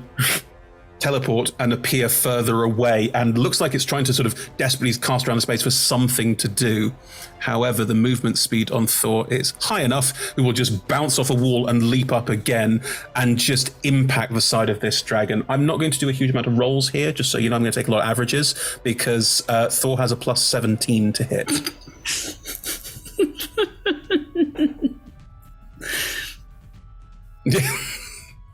Lands on top. Just punches the dragon around the face. Just a quick, just a smack around the face, and another, 3 smacks, and then both hands are down on a one shot on the top of its head, trying to stun it, which doesn't work because it's a con save. And just check. Legendary resistance is used, doesn't stun. But they are sort of floating in midair with Thor just punching away at this thing's head, not talking, screaming in incoherent rage. On its turn, Nez will fucking cry. It's going to use its Hail Mary. I think it's the best thing it can do. It is going to, as far as you can tell, cast a spell. You don't really know what it does. They use psionics, not magic, as part of the reason why this works so well. The water flow in the waterfalls around will all redirect and start moving towards the center of the room and create a ball of water around Nez and Thor, and it's going to try and maintain that there. Ava, you're watching all of this happen. Yeah. Nez is not below 100 hit points yet, but that first round of attacks significantly weakened it. It looks like it's taken more damage than it ever has before. Lovely. But you are watching the situation unfold as we lead back to the castle. As Nezaril walks into the room. Why is the dragon called Nez, and why isn't it... I'm such an asshole. As Nezaril walks into the room and reaches their hand out above, you can all hear what sounds like a scream echoing through your minds. It doesn't hurt you, but it rings around all 4 of the inevitables that are floating around this space. It's intelligence saving throws, and they are not that intelligent. I believe. I don't know. There's too many stat blocks open. No, they are not. Fail. Pass. Cool. 14d6.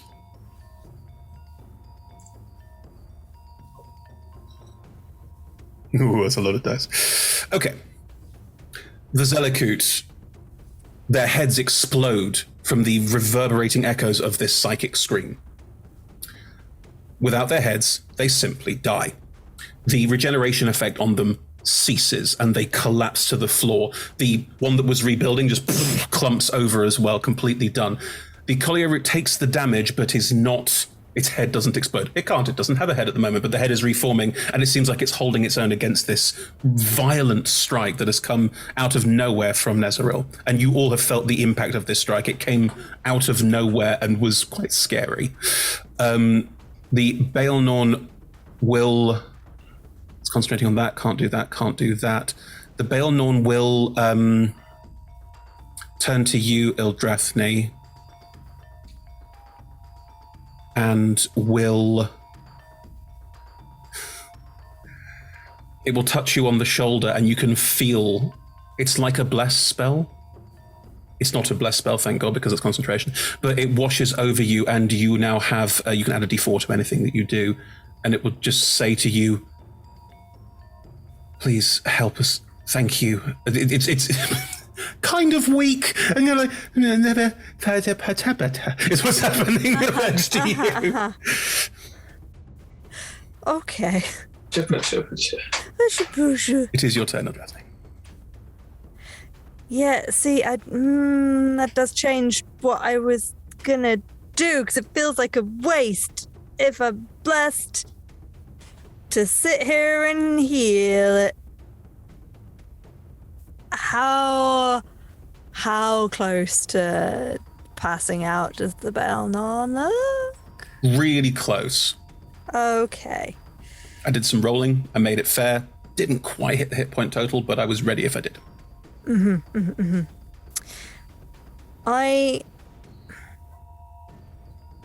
You got healing word? It's a bonus action.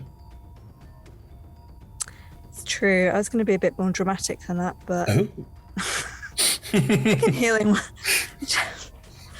I can healing word. It'll get us through the fight. If you would prefer to be the one healing, not the one attacking, then the Belnorm misread you, but that's not a bad thing. That means you're showing a different side to your personality. I think that's cool. Go for your life. Yeah.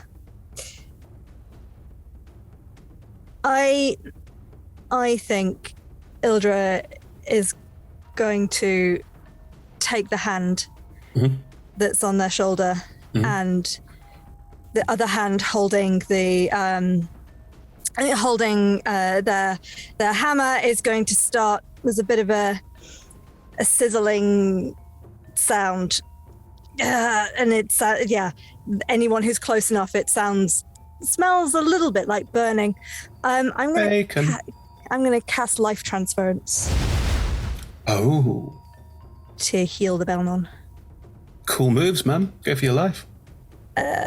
Which is 5th level. So they are going to heal by... Oh, wait. Okay, I've rolled 68, but I think I've confused things. I think that's what they heal. They heal the full amount and you take half the damage. Yeah. So you heal them for 68 points of health. 6d8. Oh, sorry. So that's pretty impressive. Yes.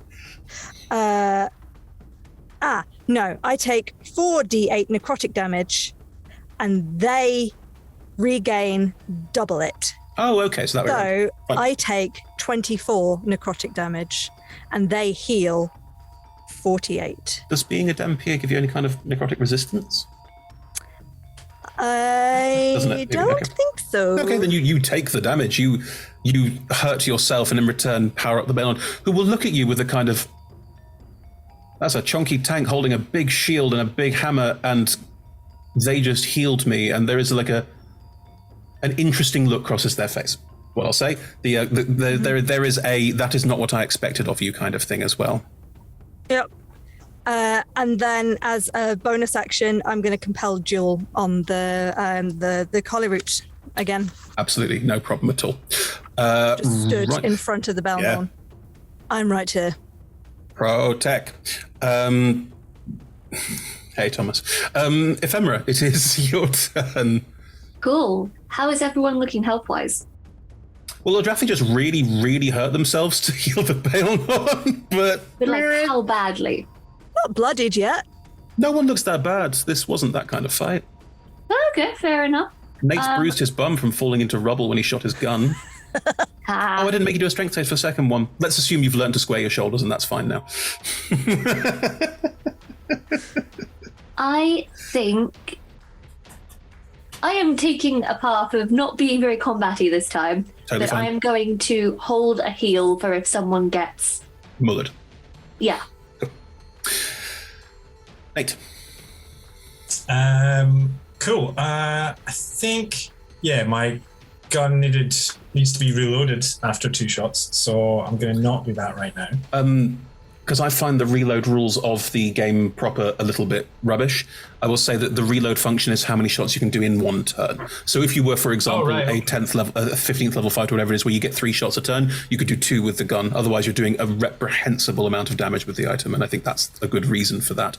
Okay. But no, the reload can happen as part of your turn, as part of firing. It's to make sure that you can't overpower the damn thing. That's my view on that. Fair enough. Or like your action surging or something, you know what I mean? Yeah. I think I'm still going to go with something else just to keep it interesting. So I'm going to cast Moonbeam. 5th level. Interesting. That's how I want to. Yeah, screw it. I've done it now. Yes, on the. I keep forgetting its name. Collier route. Collier route. Yeah, so it needs to make a con save. I think that happens on its turn. Start of its turn, because it's in the beam, it does the rolls. Yeah, I guess so, actually. Yeah. I mean, Moonbeam's very wise because you've seen it regenerate, and Moonbeam famously stops that from happening, so see it. It's alright, it'll be its turn in a sec. Well, I choose where it comes down, and it says when a creature enters the spell's area for the first time on a turn. Exactly. On a turn. On its turn. Its turn. Okay, fine. Yeah, it's one or the other, basically. Right. It's more effective on its turn. Yes. Cool. And a Moonbeam washes over it. That's grand. You can hang on to that for a second, and we'll see what happens next. And bonus. Oh, I'm gonna, as a bonus action, hex it so that it has disadvantage on Constitution saves. It's ability checks, I'm afraid, with Hex. It's a classic one. Yeah, it's a classic one, I know.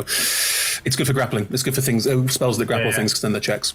But otherwise, Hex is really good for perception checks as well, is quite good. But for this, it doesn't really affect it. I'd say save the spell slot there. Yeah, in that case, I don't really have anything to do. Cool. So, yeah. Anton, saying a Moonbeam. I'd like to try see what happens when you mix two kinds of magic together.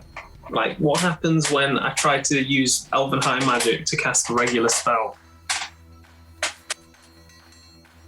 Okay. You know, if you don't ask questions, you never find out answers, you know? Okay. Roll me an Arcana check. At disadvantage because I'm exhausted. Yeah. Cool.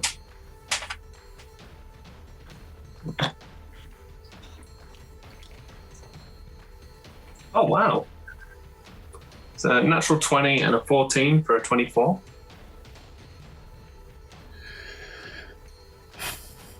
Okay. You don't just die. So that's reassuring. It's always good. Yeah. Yeah, it is. You try in the heat of combat at this moment to reach in and connect to the Elven High Magic that you've been using. And as you do, it washes over and through you as it does before. You wanted to cast a spell. What spell do you cast? It's called Raltham's Psychic Glance. Okay. Usually casting a spell like that, usually casting a spell out of nowhere, you would be drawing the weave to you and projecting it elsewhere. You are now just making the effect appear in the weave around it. You cast that spell. What's the saving throw? An 18 intelligence saving throw. 18 intelligence. They're not. No, they have purpose. They don't need intelligence. I mean, I rolled a 19 and it's flat, so it is a 19. It's half damage. Is it? I don't know. Is it? It's a 4 by my Diviners. All right, yeah. Sorry, the damage. Yes, fine. All right, damage is fine. Does anything special happen from it being thingy? Oh, we'll get to that. Oh, okay. 3, 4, 5, 6, 7. 7 of your finest D6s, and he's incapacitated until the start of my next turn. What matter? It's basically dead. Oh, okay. Well, I mean, you're already going to kill it, and then the Moomie's going to make sure it's gone, and the stream already knocked out their regeneration, so it is royally fucked. 10, 20, 25 points of psychic damage. As you do this, and as you create the effect using Elvenheim magic without using your spell slots, because this does not cost you a spell slot. Woo! What level is Raltham's Psychic Lance? It's a level 4 enchantment. You take 4 levels of exhaustion. I'm dead.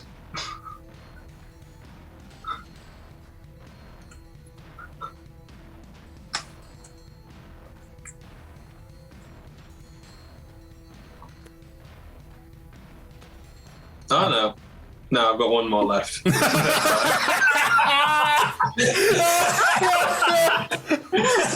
thought it was 6, but I didn't want to say anything. One more, then I'm dead. What is 5 levels of exhaustion now? I can't remember. Shit. I'm aware of that, but what's the 5th level? What is the bad thing? I don't know. I'm gonna have to count. I think you're unconscious. No, you're still conscious. Go on. But it's not good. No. All right, here we go. Hey, I know we're running over, but this is important. And we still got nothing to finish off. It's going to happen. Fine. Yes, Chris is killing me. Where is it? Exhaustion. Here we are. All right, first one was disadvantage on ability checks. So my speed was half. Then I had disadvantage on attack rolls and saving throws. My hit point...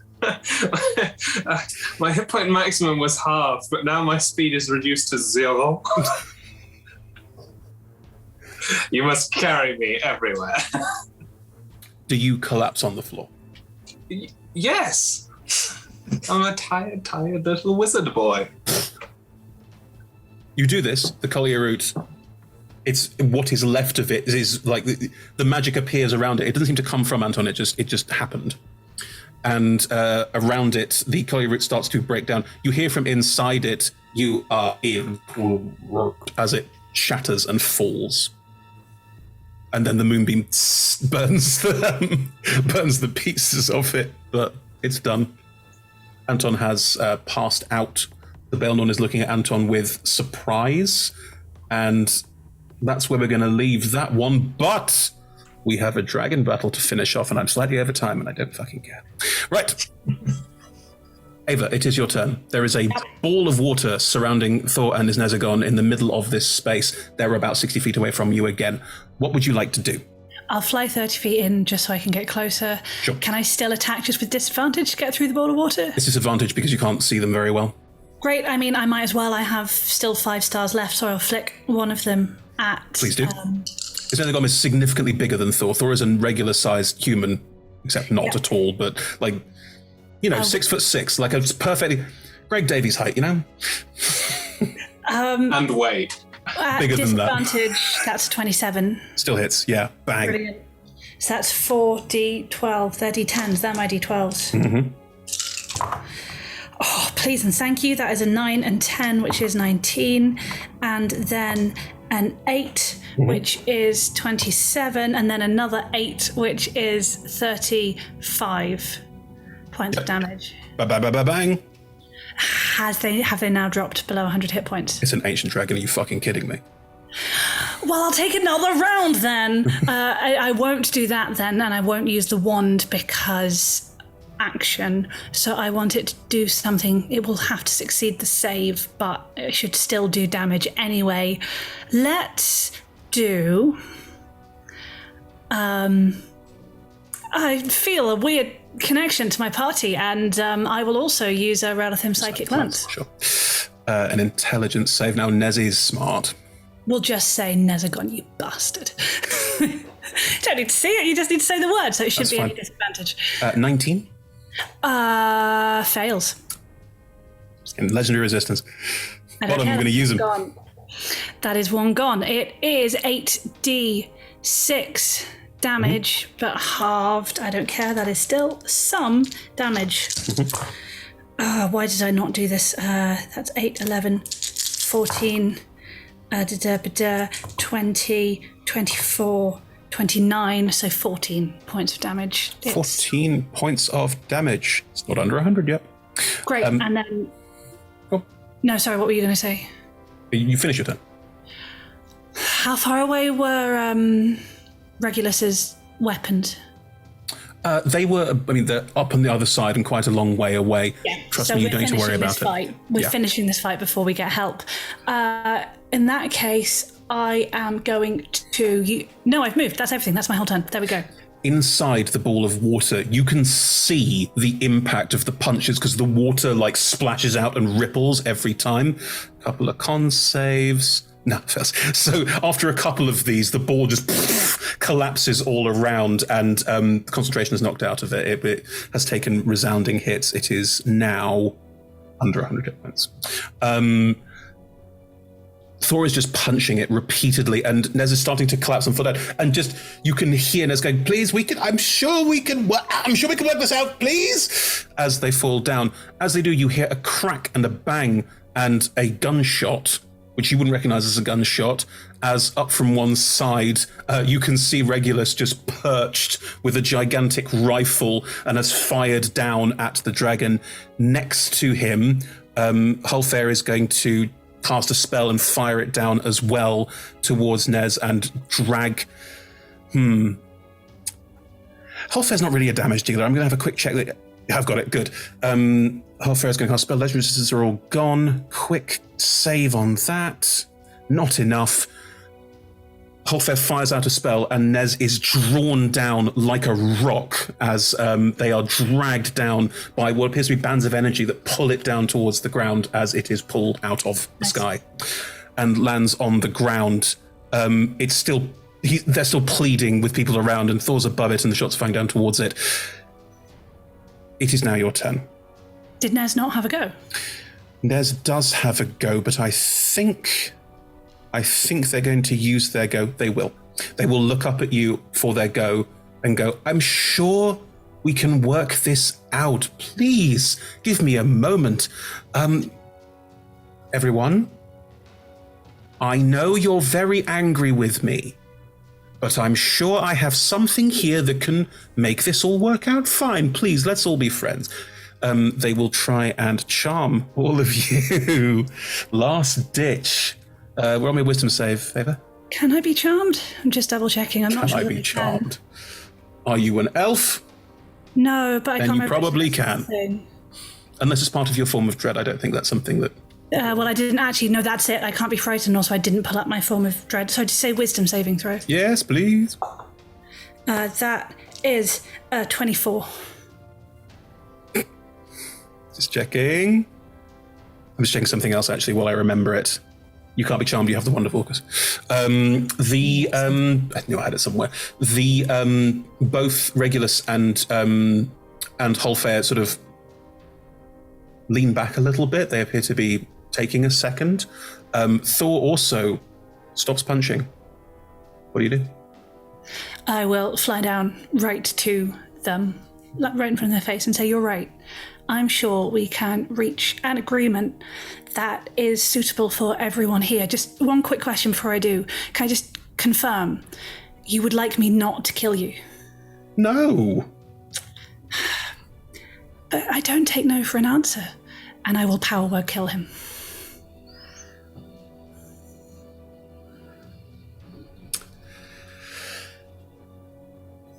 There is no save. Nope. How do you kill an ancient dragon? I'm aware this is not how one is meant to use the Wand of Orcus, but I'm assuming that Ava is not happy. The Wand of Orcus is in a bit of a blood frenzy, and this is awful. Can I hit him really hard around the face with the horrible spiny skull? The Wand of Orcus technically can be used as a mace, so... I know! Yeah, of course you can. And actually, I'm really strong for like the next few minutes, so may just push and like keep connect and then push. I want to crush skull whilst the magic happens. I want to feel like I am being a part of it, not just letting the wand do it for me. As you smack it with the wand, the impact of the wand, you're quite strong at the moment, but it's an ancient dragon. As you impact with the wand, they shriek, and the shriek turns to ash in their throat as all of their body just starts to slowly, like the teeth, you can see the teeth in the inside of the skull as they start to they desiccate themselves, which is not something they would ever want to experience as they've done it to so many. I think the impact of the strike probably cracks a couple of teeth in the jawbone as you do this, but from the head down, they will slowly desiccate into a draconic skeleton that's just lying at your feet. And because you punched dragon, I think Thor will look across at you and just go, nice. Autonomy, it matters. And that's where we're going to end for today.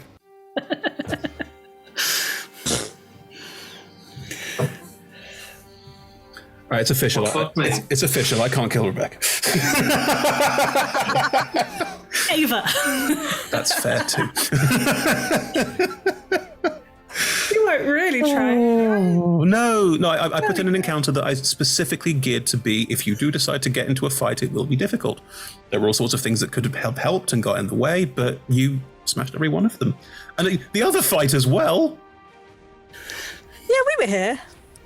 Oh, come off it. Oh, I was so cool. Come off it now. Okay. We should wrap up. We're very late. Sorry, everyone. I needed to make sure I wrapped all that up. Thank you all for joining us for episode 7 of the Wreckage of Drannor. Gods fighting dragons and all sorts of crazy shit. Inevitables fighting Baelnorns. I'm proud. Join us next week. Next episode, we have 12 episodes, and we've just broken the halfway point. So join us for the second half of the campaign and all of the story points that unfold from here. We also have shows on Tuesdays. We've just gone into Sean's new show, I think. Have we? We run Sean's new show? I think so. Sean's I looked at a schedule. I think that lines up. Let's just say it's Sean's new SOFL Tide Rising. If not, it'll be starting next week or the week after, and it's probably already been hinted and teased at. But yes, Sean is doing a lovely new show. Lots of pirates and the seafaring stuff, so it should be quite fun. Yes, but that's starting either tomorrow or next Tuesday or, soon. Lovely. And on Fridays, we have Talking is a Free Action, where some of our question masters talk to people and they have free actions to get out of horrible challenges, which was great fun. Although I must say the last Talk is Free Action that Niall and I did, which I think was probably up a couple of weeks ago, in time of recording, that was one where we quickly got into a conversation and the format sort of disappeared. But there you go. That's it was so dangerous. Like the two of you. We talked about comics. I'm sorry. Anyway, yeah. So yes, catch that on Fridays. Join us on socials. We are Roll Together RPG everywhere. Join us on YouTube if you want to catch up on stuff. Of course, Roll Together RPG. There's podcast versions. Search Roll Together RPG. I think we might be on TikTok by now. I don't know. We're looking at it, so that might be a thing. So look at that and join our Patreons, join the D20 Club. Without them, none of this madness would happen. Thank you so much, everybody. Thank you for joining us and see you soon. Bye-bye. Bye now. Bye.